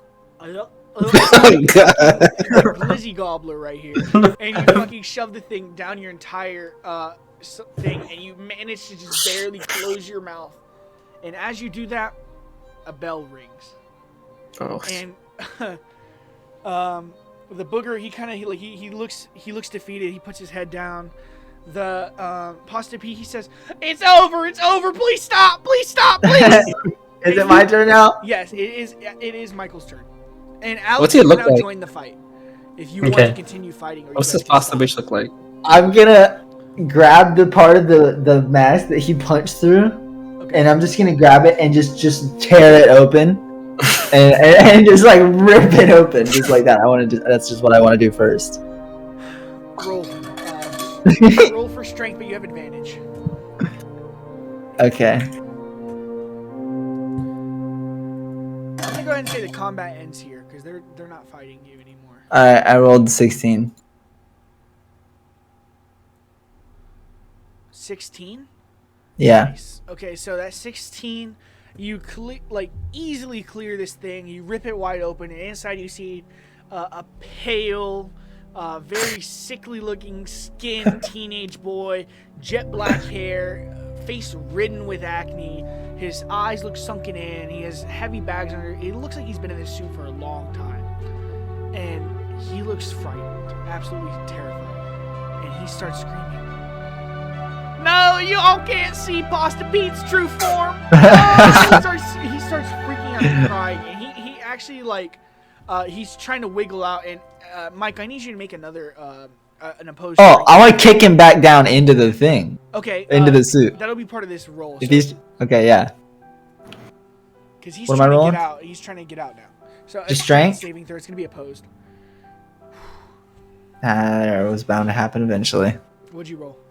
And 5. Okay, you go to kick him, and he just kind of swats your foot aside, and he manages to push you off of him and roll to the side. And now you guys have seen his entire face. This guy fucking books it, and he goes to run out of the restaurant.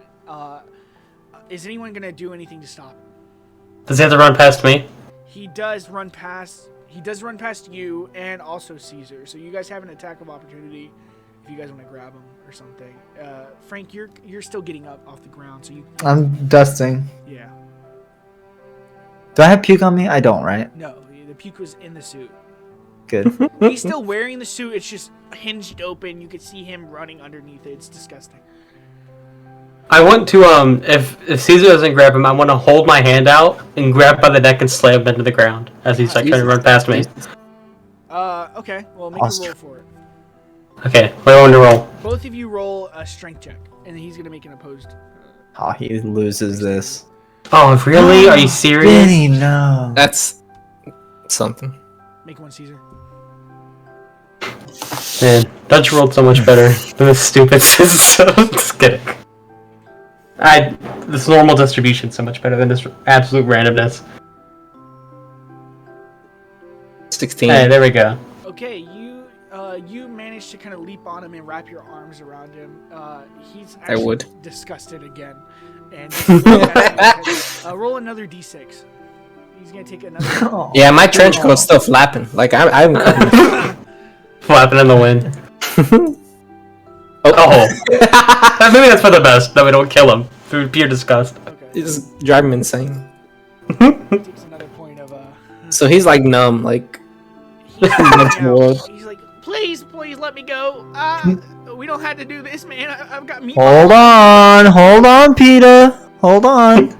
I have a question for you, and I'm walking over. And is he on the ground, or what do you do? You have him on the ground, Caesar, or what do you? His kneecaps out from under him, and he's down. He's kneeling now in front of you, and he's kind of holding his shoulders tightly. He can't move. Is his face like covered in vomit? It's covered in vomit. It's streaming down his body. His wife beater he's wearing is ripped and dirty. It has mustard stains and shit. Pasta sauce stains. The suit itself is covered in puke and ripped. What do you do? Frank just kind of kneels down, just kind of perches over, and he kind of just lightly just kind of slaps the guy in the face a couple times. He says, "Hey, what's your name, buddy? What's your name? I'm asking you again this time. Pasta's gone. What's your name?" He kind of looks down. He says, "Pasta can't be gone. Pasta is eternal." And he kind of slams his fist down. And I need you to make a persuasion roll. Okay. I have good persuasion. Oh, I can punch a baby. It's still good. He kind of looks at you teary-eyed now, and he says, "Pasta's forever, ain't it? Ain't it?" And what do you say? Music. I say, no, you just look fucking stupid, buddy, and you puked all over yourself. You're a mess. What's your name? I know it's Jason, but I want you to fucking say it. It's Jason Dawes. And he looks down and he starts sobbing. Yeah. And Frank, he stands up and he looks at Booger and he says, "You know, we get paid extra if we beat the fuck out of you, not this guy." And what does Booger say? He's still pulling these fucking menus out of his fucking chest and shoulders. And he says, I don't give a damn what you do. I am not scared of you." Is he Listen, still buddy. pinned? Is he like immobilized? He's up now. He's Okay. just things on his shoulders, and he's walking towards you. Say, I don't want to fight.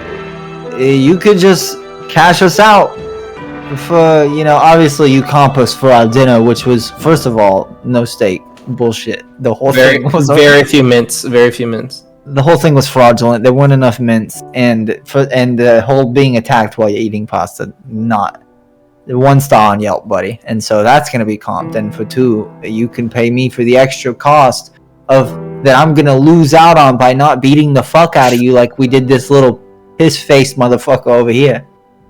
So what do you say about that, Booger? How much is the cost to beat me up? 180. It's an extra 180. Exactly. Roll What he for- said. 180 mints. Michael, roll for persuasion with advantage. Okay. Am I doing that? No, because you're giving an advantage because you're like putting your. He's Oh, got okay. the higher persuasion. I figured you'd be better doing this. Gotcha. I swear to God. I believe in you. Oh my Oh. god! It's insane. It's insane. I hate D&D. So the 13, it does pass, and he kind of Oh, okay. He looks you over and he says,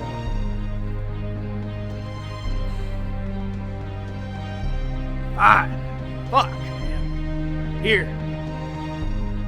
And he puts one board, which is like a chunk of currency. It looks like a plank of wood, essentially. Nice. He puts that down in 80 points. And he says, "All right, that's it. You guys going now, right?" Yeah, we're leaving. We'll be back next month. You guys work for the Mancusos now. What's Caesar saying? I believe there's. Oh wait, yeah, his voice. I believe there's a stipulation in the competition where we could write a rule for the pasta factory here. Oh, I forgot. Oh yeah, I forgot about that. We gotta do that. I'll get the boss. Or no, I can do this myself. And he goes to the back, grabs the book, and he puts it down. And as this happened, this Jason Dawes, he forces his way out of this grip, and he sprints directly to the door. And he's out of there. No one has an opportunity to grab him. It's fine. crying. He's fine. Okay, what's this rule y'all want to fucking put into law? And let's put it into the general chat so that we can just it'll be officialized. What's this rule? Write it down here for me. All right. Well, How about we all get a thing, folks? Just don't put any periods. Just make commas after every okay. one of our It's really sentences. just one rule. I mean, come Not on. what? I mean, don't. What did I say? Whatever. What did I say? It's just a really long rule. Oh my god. What happened? What's the rule? Bitey cannot enter the restaurant. Is that a real rule? You get to make it, right, Alex? Yeah, he's the one. That's the only thing I really am gunning for here.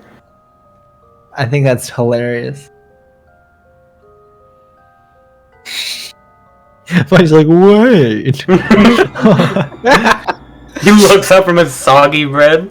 Okay, well, through the use of commas and semicolons, you managed to strike a never-ending run-on sentence of rules that officially constitute one rule, but clearly do not. These rules, would you guys like to just say them for the camera and for the? No, you read them. No, you need to put it cohesively. So these rules,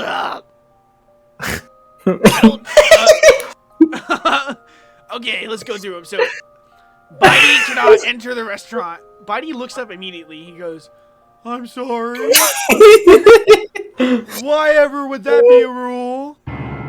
Sorry, sir. No questions here. You gotta get out of the fucking restaurant immediately. There's cats everywhere. These cats everywhere in here.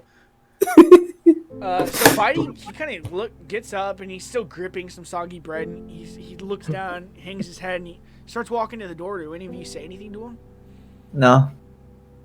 He's almost to the door, and he's still got this fucking loaf pinched in his hand. And he goes, he looks back for a second, and he says, "Is this really how it must be?" And the booger looks him in the eyes and says, "Hey, Bitey, leave the bread." And he drops it on the floor, Captain America style. And finds Does this flash? he pushes through the door and he leaves. Bitey's out of there. Okay, Fantastic. the Yeah, second part of repercussions. this rule, mints are free to be supplied every minute. Sir, financially, no, whatever, we'll do it. They're free. They're free. There's no financials involved. Okay, and a total of 50 mints must Yes. be delivered to Dead Burger every Yes. day at 11:30 a.m. Any reason for that time during the Your restaurant? lunch. That's your lunch rush, bitch. You're a fucking, you guys are the worst fucking people ever. Okay, and the last rule, That's his your face life. instantly becomes flushed, as pale as can be, as he reads the final part of this rule.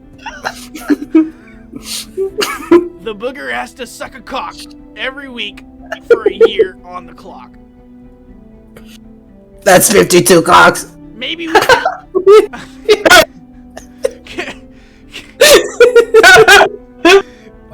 Whose cock does this have to be? Hey. Hey, Booger, I mean, hey, I'm no fucking, legislative assistant, but I mean, it doesn't say. Alright, It boys. says cocks, so I mean, they have to, I'm sure that it implies within that they must be separate and distinct cocks. Must be separate. Alright, boys, alright. I guess I'll suck that fucking... I'll do whatever the fuck you want me to do, No, not us. Not me. Okay, well, we'll start next week. Hey, how about that guy? And I just pointed at a random. We'll settle these affairs outside. It's for our own interpretation, I assume. We'll figure No, well, you gotta blow at least like that guy. Can you blow that guy? I'm not blowing nobody this second. I'm not wearing. You got a whole week.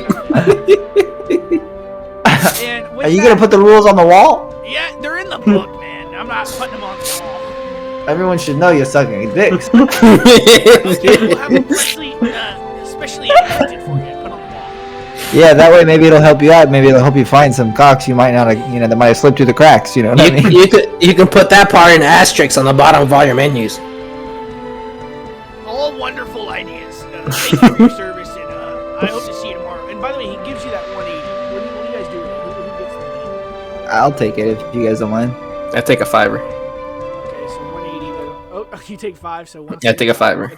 I need to split our money up anyways. More math.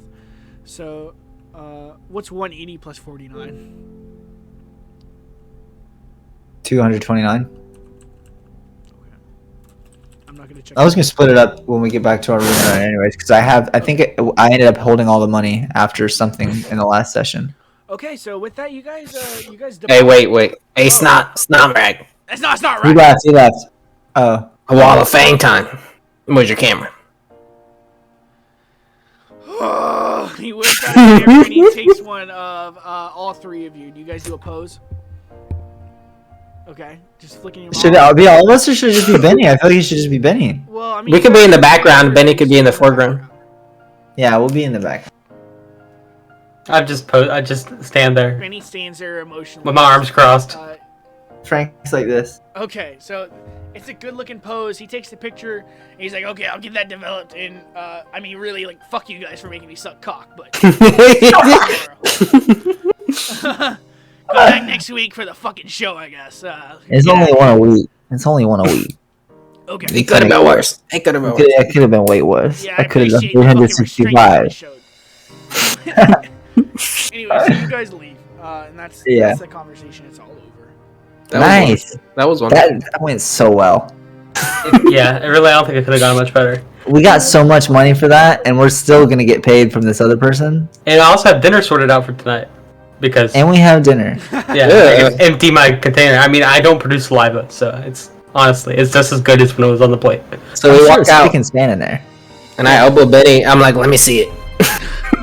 I lean back so it doesn't fall out, and I peek. I let you peek inside the container. Awesome. That's exactly what it looked like. So as you get out, Frank, your phone starts to ring. You answer it. It's Hawthorne.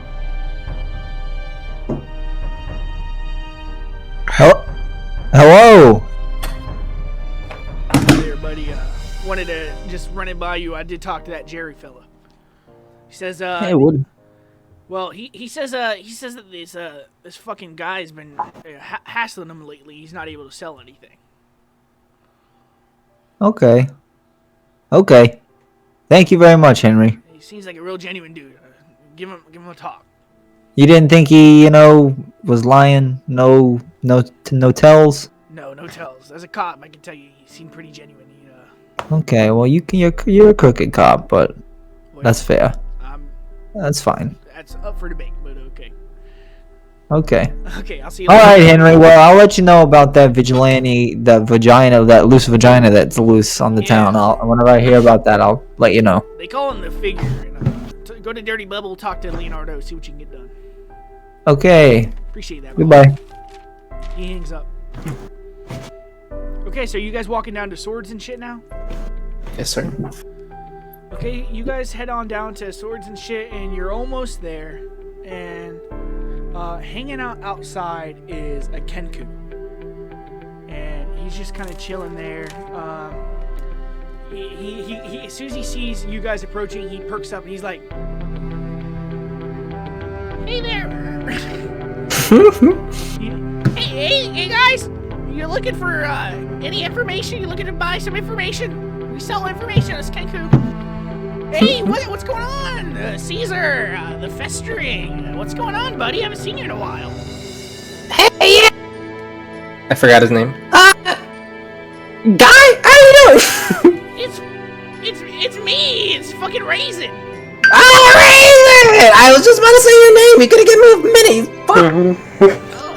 Hey, look, man. Pink Eye's really been wanting to talk to you lately. You gonna go meet him? I say something. Fuck Pink Eye.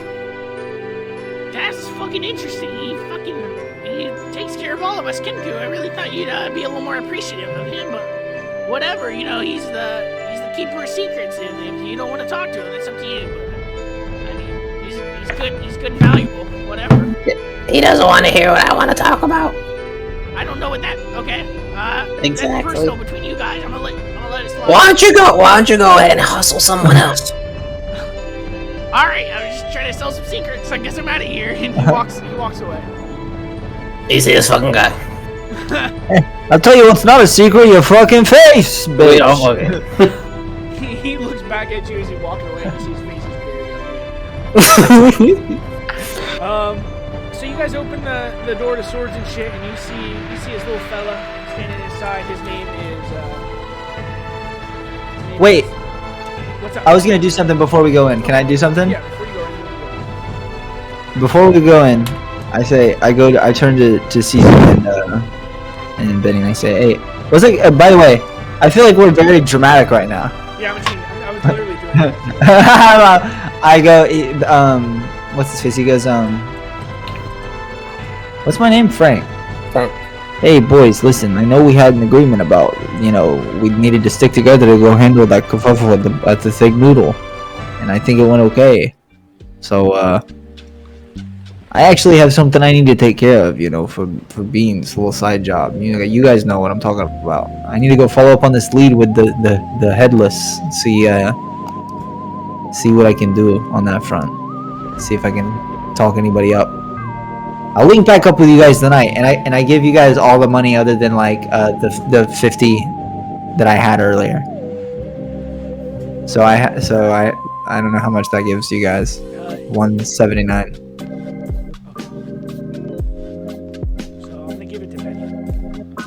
Yeah, okay. And I say, seems like Jerry's a nice guy. I mean, I don't know. He might not be able to pay.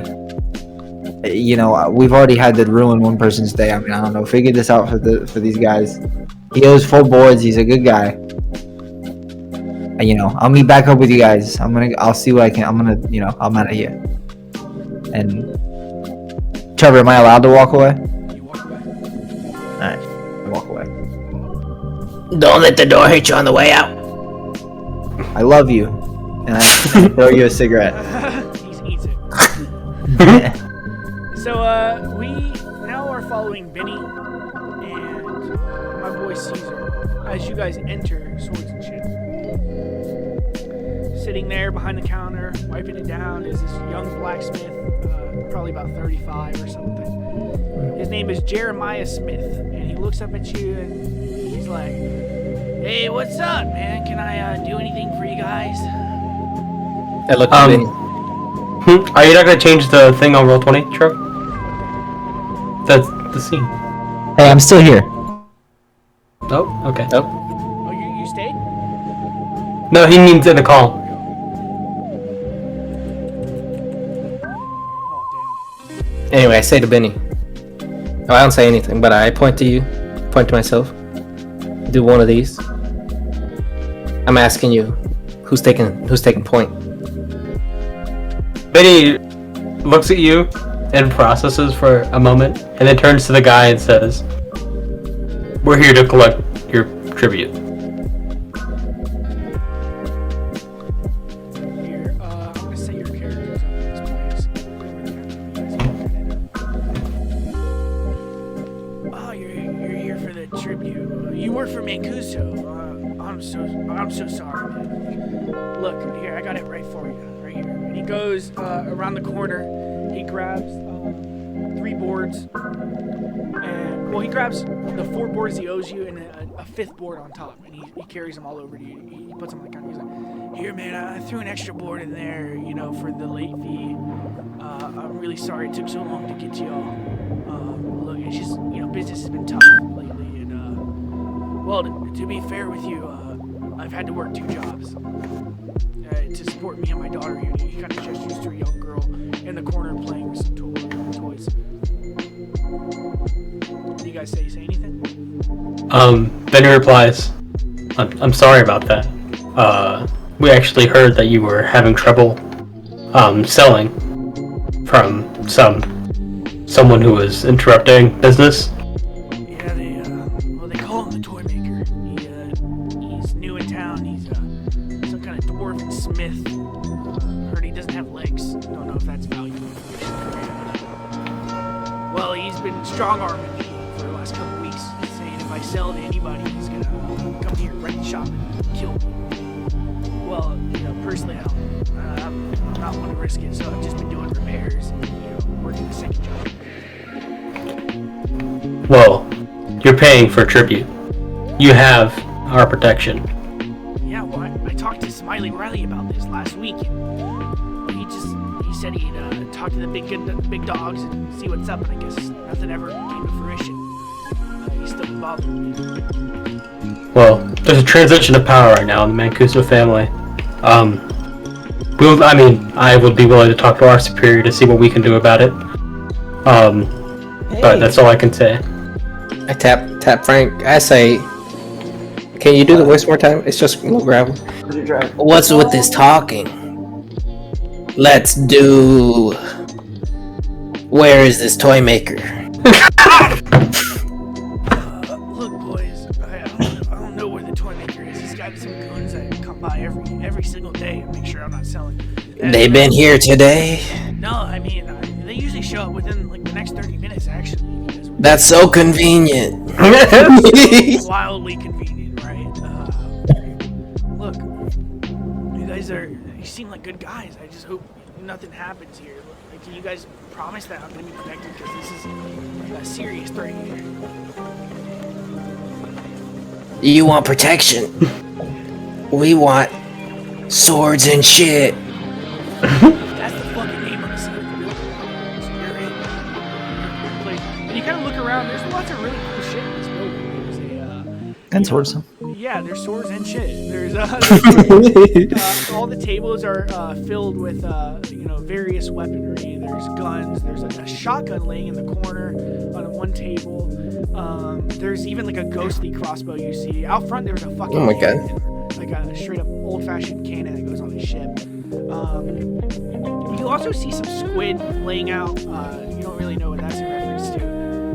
Like actually a dead small little squid, like this small.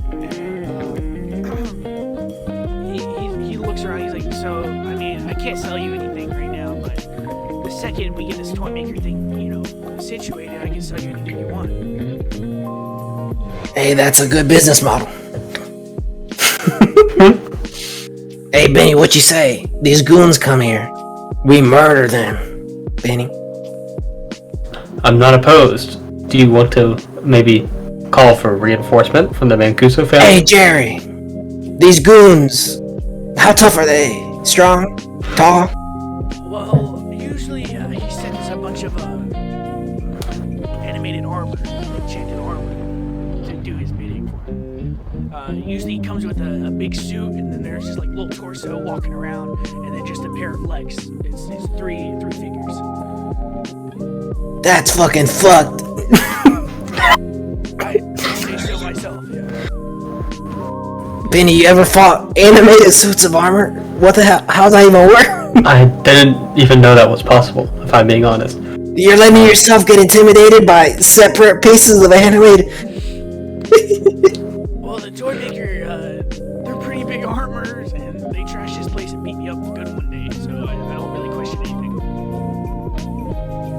If you were to fight back against these armors, will the toy maker come? You'd probably just send more toys. You'd probably have to seek them out personally. I don't, you know. How can I make this man come? As you say this, the bell to the shop rings, and enters three figures. And they're actually the exact figures Jerry just described. A big suit of animated armor, carrying a sword, a freaking torso that's just walking on his hands. It's just a torso and arms, and then there is a disembodied pair of legs just walking around too. What the fuck? I'm sorry. Benny is going to turn away from the front desk as they enter and pretend like he's browsing the shop. He's going to wander over towards the shotgun. As you do this,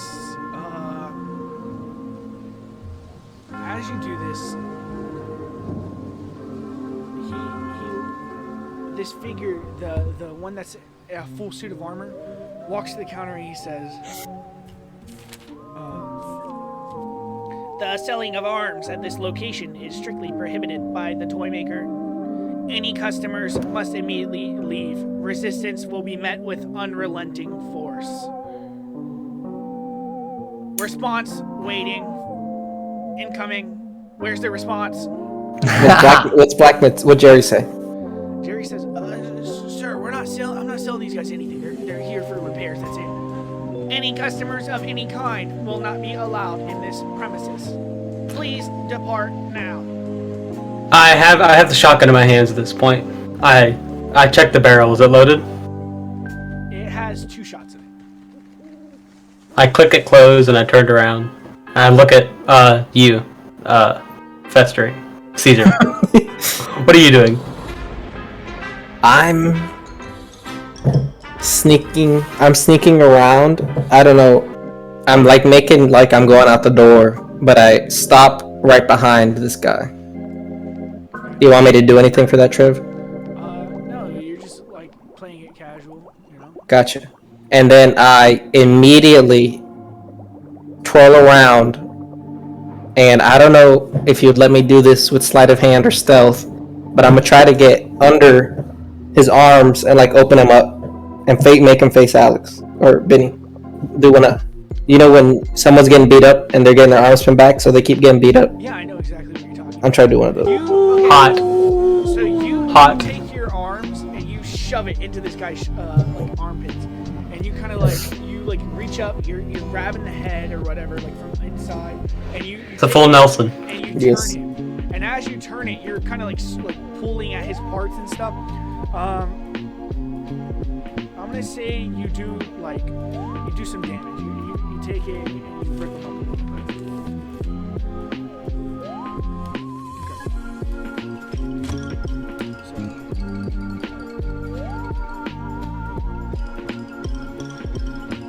So you take it and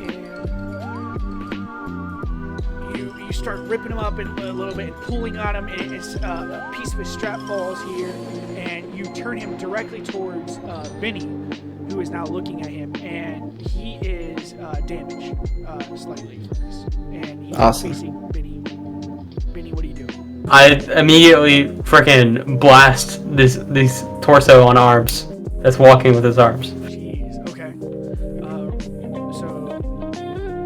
Since you're roll to see if you hit, and I want you to do it with advantage. I didn't Oh. think all this was gonna happen. 21 on the first one. That's Going to roll again? beautiful. No, you're good. Unless you want Okay. to natty 20. Sure, I'll do for natty 20. No, I didn't get it. Okay, so now I'll roll for damage. So 2d6 plus strength, which is 3. So I did 7 damage.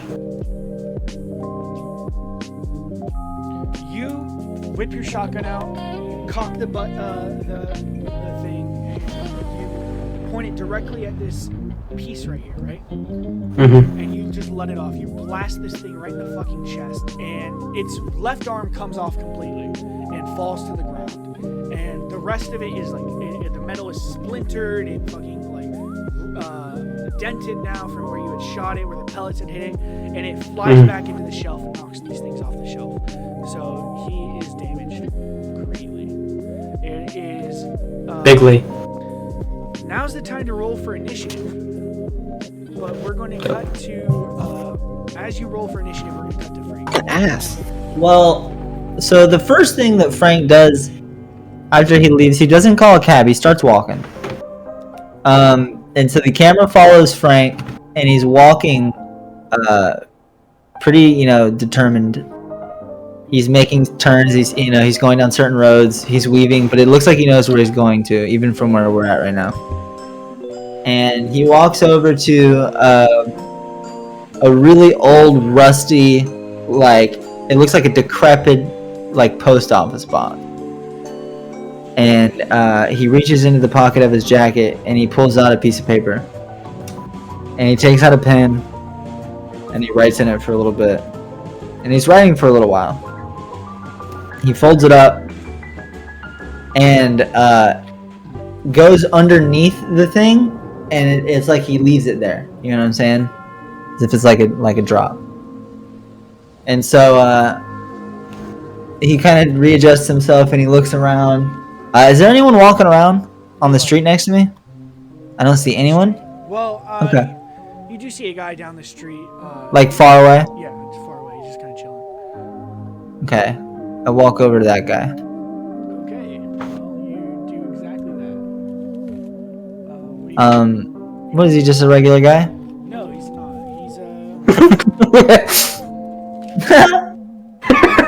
No.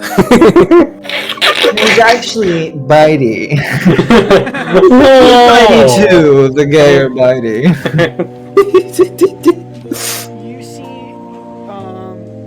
You see a dark elf woman. She's kind of wearing some leather, and she has a sniper across her back. And she's just kind of waiting for a bus.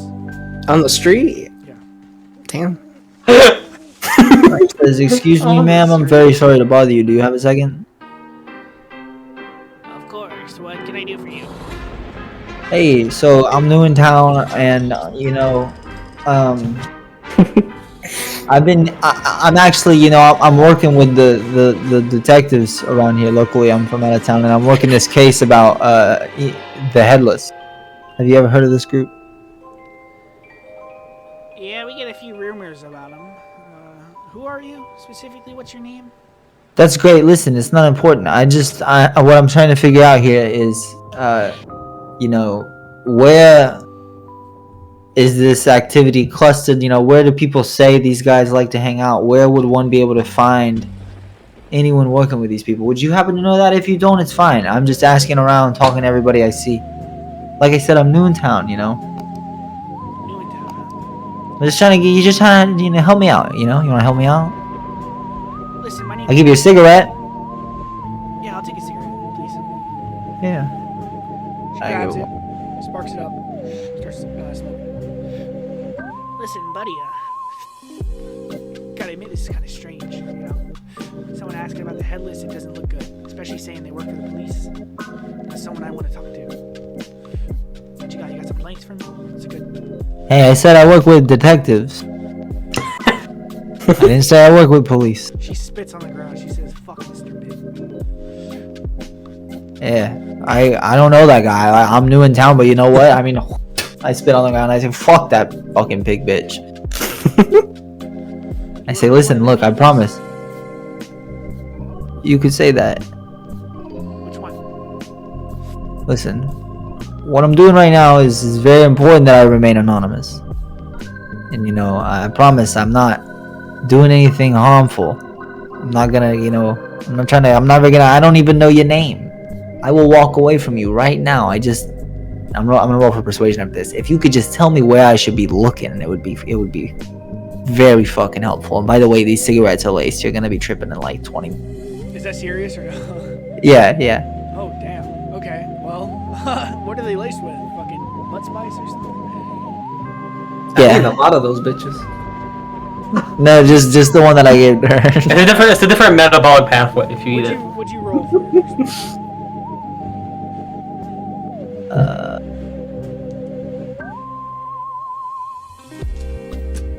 Natty 20. Oh my god. She smokes this cigarette. She actually, after hearing his laced, Yeah. squanches it, and it actually, and she takes it and she ashes it on the butt of her gun and throws it on the ground, and it has no That's effect on her badass. whatsoever. She rolled a really high Constitution check. So she looks at you and she says, "Look, man, I know a few of them hang out around the dirty bubble. Maybe that's a place to check. And listen, a little advice. Be careful who you ask about things around here. I work with the Canizaro family. My name's Raylo Athenal. Maybe we'll see each Raylo? other around. Yeah, absolutely. We will, and we're friends. Don't worry. Promise you that. And Anyone and who I gives me and a I lace cigarette's my friend. yeah. And I say, don't worry. I work. My people are good with your people. And I put my hand out. I say, I'm the face. And I go to shake her hand. Nice to meet you. They call me Long Shot. Long shot. Hey, nice to meet you. We'll be. And I'm sure we'll meet again. When she shakes your hand, she kind of like holds it a little longer, and then like almost in like a flirtatious way. And she kind of slinks away. She says, "Nice meeting you in the face. Hope we get to talk again soon." Yeah, and he just nods, and I pull my phone out, and I'm looking to get GPS to the dirty bubble. See how close I am. It's across town. It's in the very it's like the slums right next to the lake. Here, actually, are you looking at Roll20 still? No, no, but I can. Okay, do that. Okay, I'm looking. Okay, so Oh, cool. I like this. This is so cool. Frank, you're probably so the blacksmith is up here, right? This is where you guys were. It's in the red building, right? Mm-hmm. The dirty bubble that you're trying to get to, all the way down here. Okay, and we'll say that I stopped at a random, like, somewhere on the edge of, like, I'm on the edge of. Where do you think it would be, Trev? You tell me. What? When you look at it? It's just that where I would have stopped with that, like where I stopped and then walked, like where I'm at now, because I'm close to where I dropped that thing at. Yeah, there's a bus stop here. Okay, gotcha. So yeah, that's where I am. Okay, well then yeah, can I call the cabbie? Sure. I call the cabbie. Okay. Oh. I'm ringing. Hey, what's going on? What can I get for you? Hey, what's up, buddy? I need you to come get me at this bus stop over by, I'm looking around for a street sign. Fuck, that place is a fucking dump. Where are you trying to head to? I just need you to take me to the south side of town. Okay. You can let me out close. Alright, man, I'll be there in a minute. Just look. Are you bringing your friends? No, it's just me. It's just me. He's not here. I'm sorry about that. Okay. I'll get the feathers out. Yeah, okay, I'm on my way. With that, he leaves, and also Raylo has left too, so. Oh yeah, I left her. I walked away from her. Cool. So, Frank, this guy pulls up in the cab. Hey man, I'm here, man. What are you ready to hop in? Yeah. Thank you. And I get in. And I sit in the back seat and I don't say anything. And I'm just smoking, looking out the window. Okay, it's a quiet ride. You guys, zip and zag across town. He drops you off in the gutter, which is like the bad part of town. Yeah. I didn't have him take me to the dirty bubble. I only wanted him to take me close because I didn't want him to know where I was. You're outside the dirty bubble. I mean, you're outside that area now. Okay, perfect. So, and then I guess I take my phone out, look where I am, and I'm going to start walking to the dirty bubble. Okay, you're up here at the street, and you start walking down to the dirty bubble. You want to walk in? What do you do? I kind of want to take the place in for a second. What does it look like? Describe it to me. It looks Frank like kind of stops outside, and I'm looking at it. it's a rundown shop. Doesn't look like much at all. It looks like pretty much like an old-timey saloon. It doesn't look like anywhere you would, want to frequent, but it looks like a place for degenerates to drink, pretty much. Okay. Walk in, there's a bartender.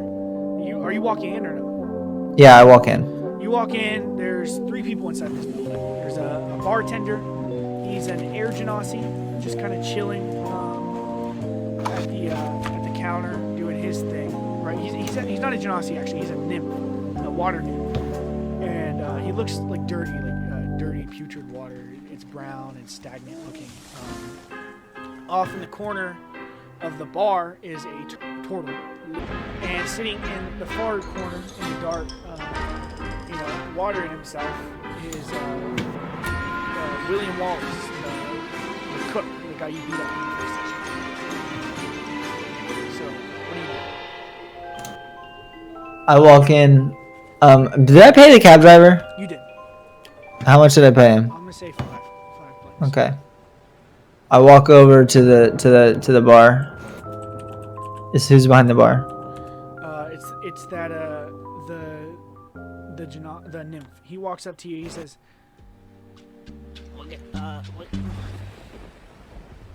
"Hey, what can I get for you?" Hey, how you doing, sir? I'd like to nice to meet you. First things first, I'd like to buy a round of whatever everybody's having for everyone in the bar here. So let me know how much that is, and then one for myself as well. You're a good man. It's a really good thing to do. I appreciate that. It'll be 6 planks. And I give it to him. So here's this menu. There's it's separated into the 3 categories. There's mixed drinks, and then there's shots, and then there's just like a general like beer type. Oh, I see. Yeah. Okay. So, Okay. Perfect. The first thing, for 5 planks, you can buy a pint of sauce. So sauce in this world is essentially what beer is. It's very it operates like beer. You drink it like beer. It gets you drunk like beer, but it's a slightly fruity and very viscous, like jelly-like drink. And it's called sauce. Then there's a list of mixed drinks he's got. There's the Bloody Banjo, the Pink Rat Hair, and then there's the Dirty Diglet. These are all 8 planks apiece. And then there are 3 types of shots here. There's Shit Venom, Butt Vampire, and then Greasy Ass. So you can drink whichever one you want. So how is it only 5 planks for me to buy everybody a drink? Well, it was 6 planks, and they were both taking shots. So you haven't ordered. Oh, okay, cool. And hey, you know, what do you recommend, my man? Hey, man, you never go wrong with a pint of sauce, a little greasy ass, get you a long way in here. It's really whatever. Just give me a pint of sauce. Give me whatever he's having, and I point at William. William, okay. He gives you some shit venom. Okay, and I take them over to him. Okay. Oh, well, I pay, obviously. Yeah, you can do that. I'm gonna take another $3 from you. So you take these drinks and you go walking down to this guy. By the way, did you ask this guy's name at all? No, I don't care. I no. I should have, but not right now. So you walk back over. I'm on the job right now. Frank is in a noticeably, well, his face looks the same, but he's got a different gait. Absolutely unchanged face. You approach the cook and looks up at you. What are I you doing sit- here? I sit the drink down in front of him, and I sit down aside from him on the booth, and I hand him a cigarette. So you smoke? Yeah, I shouldn't. I have lung cancer. Yeah, let me have it. He grabs it. Hey. Nice. Fuck it. Right? I look at him. Is he beat the fuck up? Yeah, he's roughed up and he's hitting it. He kind of looks at the cigarette. He's like, you know, the whole reason I got into this whole thing is my diagnosis. It's hard, you know. That's fine. Yeah. Frank says, listen, my man, it's strictly business what happened to you the other day by the Dead Burger. You understand that, right? Yeah, no hard business. And it was optics. I had people with me. You know, I work with these Mancusos. I had to, you know, I have to say your offer, it entertained me. And I had to sell it. Couldn't stop thinking. So I'm sorry about all this. No, I couldn't. I was dreaming about, in my dreams, no one had heads. You know what I'm saying? I'm fucking just dreaming about headless. Yeah, we call ourselves the men without leaders. You know, we don't have a head of our organization. We kind of come together and decide everything as one. It's a system we got going on. Also, a really unique thing about our organization is everyone who's in it, equal pay. No matter what they do, no matter how much they do, equal pay. Everyone gets the same cut. As long as you work your ass off and give everything you have to the group, the reward is such. Interesting. So tell me about this a little bit. You know, what do I need to do to be involved? Who do I need to talk to? I mean, I guess I could get you a meeting with well, I guess I can maybe hook you up with Halfhead, you know, you can talk to him, see what he says. He's got a villa not too far from here. Listen, I work with very powerful people. The Mancusos, they don't know this. Put me in touch with you, man. Just tell them I want to sit down. Alright. How's tomorrow sound? Good. Dude, Late. Make it late. Because I'm going to be caught up with the boys. I don't want them to suspect anything. alright. Midnight. I'll put you in. See what Okay. Alright. As you're having this conversation, you know I slammed my shot. it tastes like fucking dirty water. Yeah. It does get you a little like tipsy. As you're having this conversation, you notice that the turtle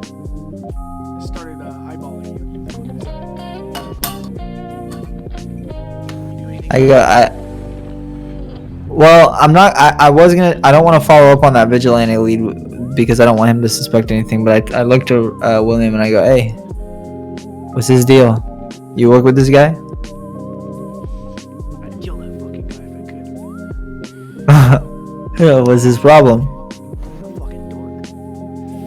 Slow. Annoying as hell. Thinks he's better than everyone because he used to be a vigilante. And plus, he's the genie's number 3. Didn't know I was fluent, did you? Hits it again. Yeah, he's I didn't realize you were bilingual. it's an art form, it's a trade. I go arrivederci. Yeah, I don't speak French, sorry. Okay, me neither. Well, hey, listen, listen. I really appreciate you, William, and I hope you understand. Like I said, it's just, business. And how much have you been to the doctor? Yeah, I've been done. How much was your bill? Don't worry about it, buddy. Headlights is taking care of it. Okay. We'll take care of our own. It's a small group, a lot smaller than both the families. Okay? We're gonna take this down. I must say I'm very intrigued. I'm very intrigued, William. Well, listen, I've got to go. But, I'm standing up, but I stop. Bring your buddies. We want as many people as we can in this organization. We'll take all 3. They don't have to join. Bring them there. Hear us out. Okay. I'll talk to him. See what they say. With that, you walk out. Yeah. Okay. And I give a side eye to the turtle, but I don't, You kind And I say, "You're welcome for the drink, bitch." He I just walk raises his out. hand like this, like a drunk, as you walk out. As you leave, William Wallace, Flick my cigarette. he takes his shot, dumps it in, slams it on the table, reaches for his phone. He says, "Hey, you have it. Got a couple visitors tomorrow. Midnight, they say. Might be expanding the group." You hear a little chatter on the other side. He's like, yeah. Talk to the toy maker.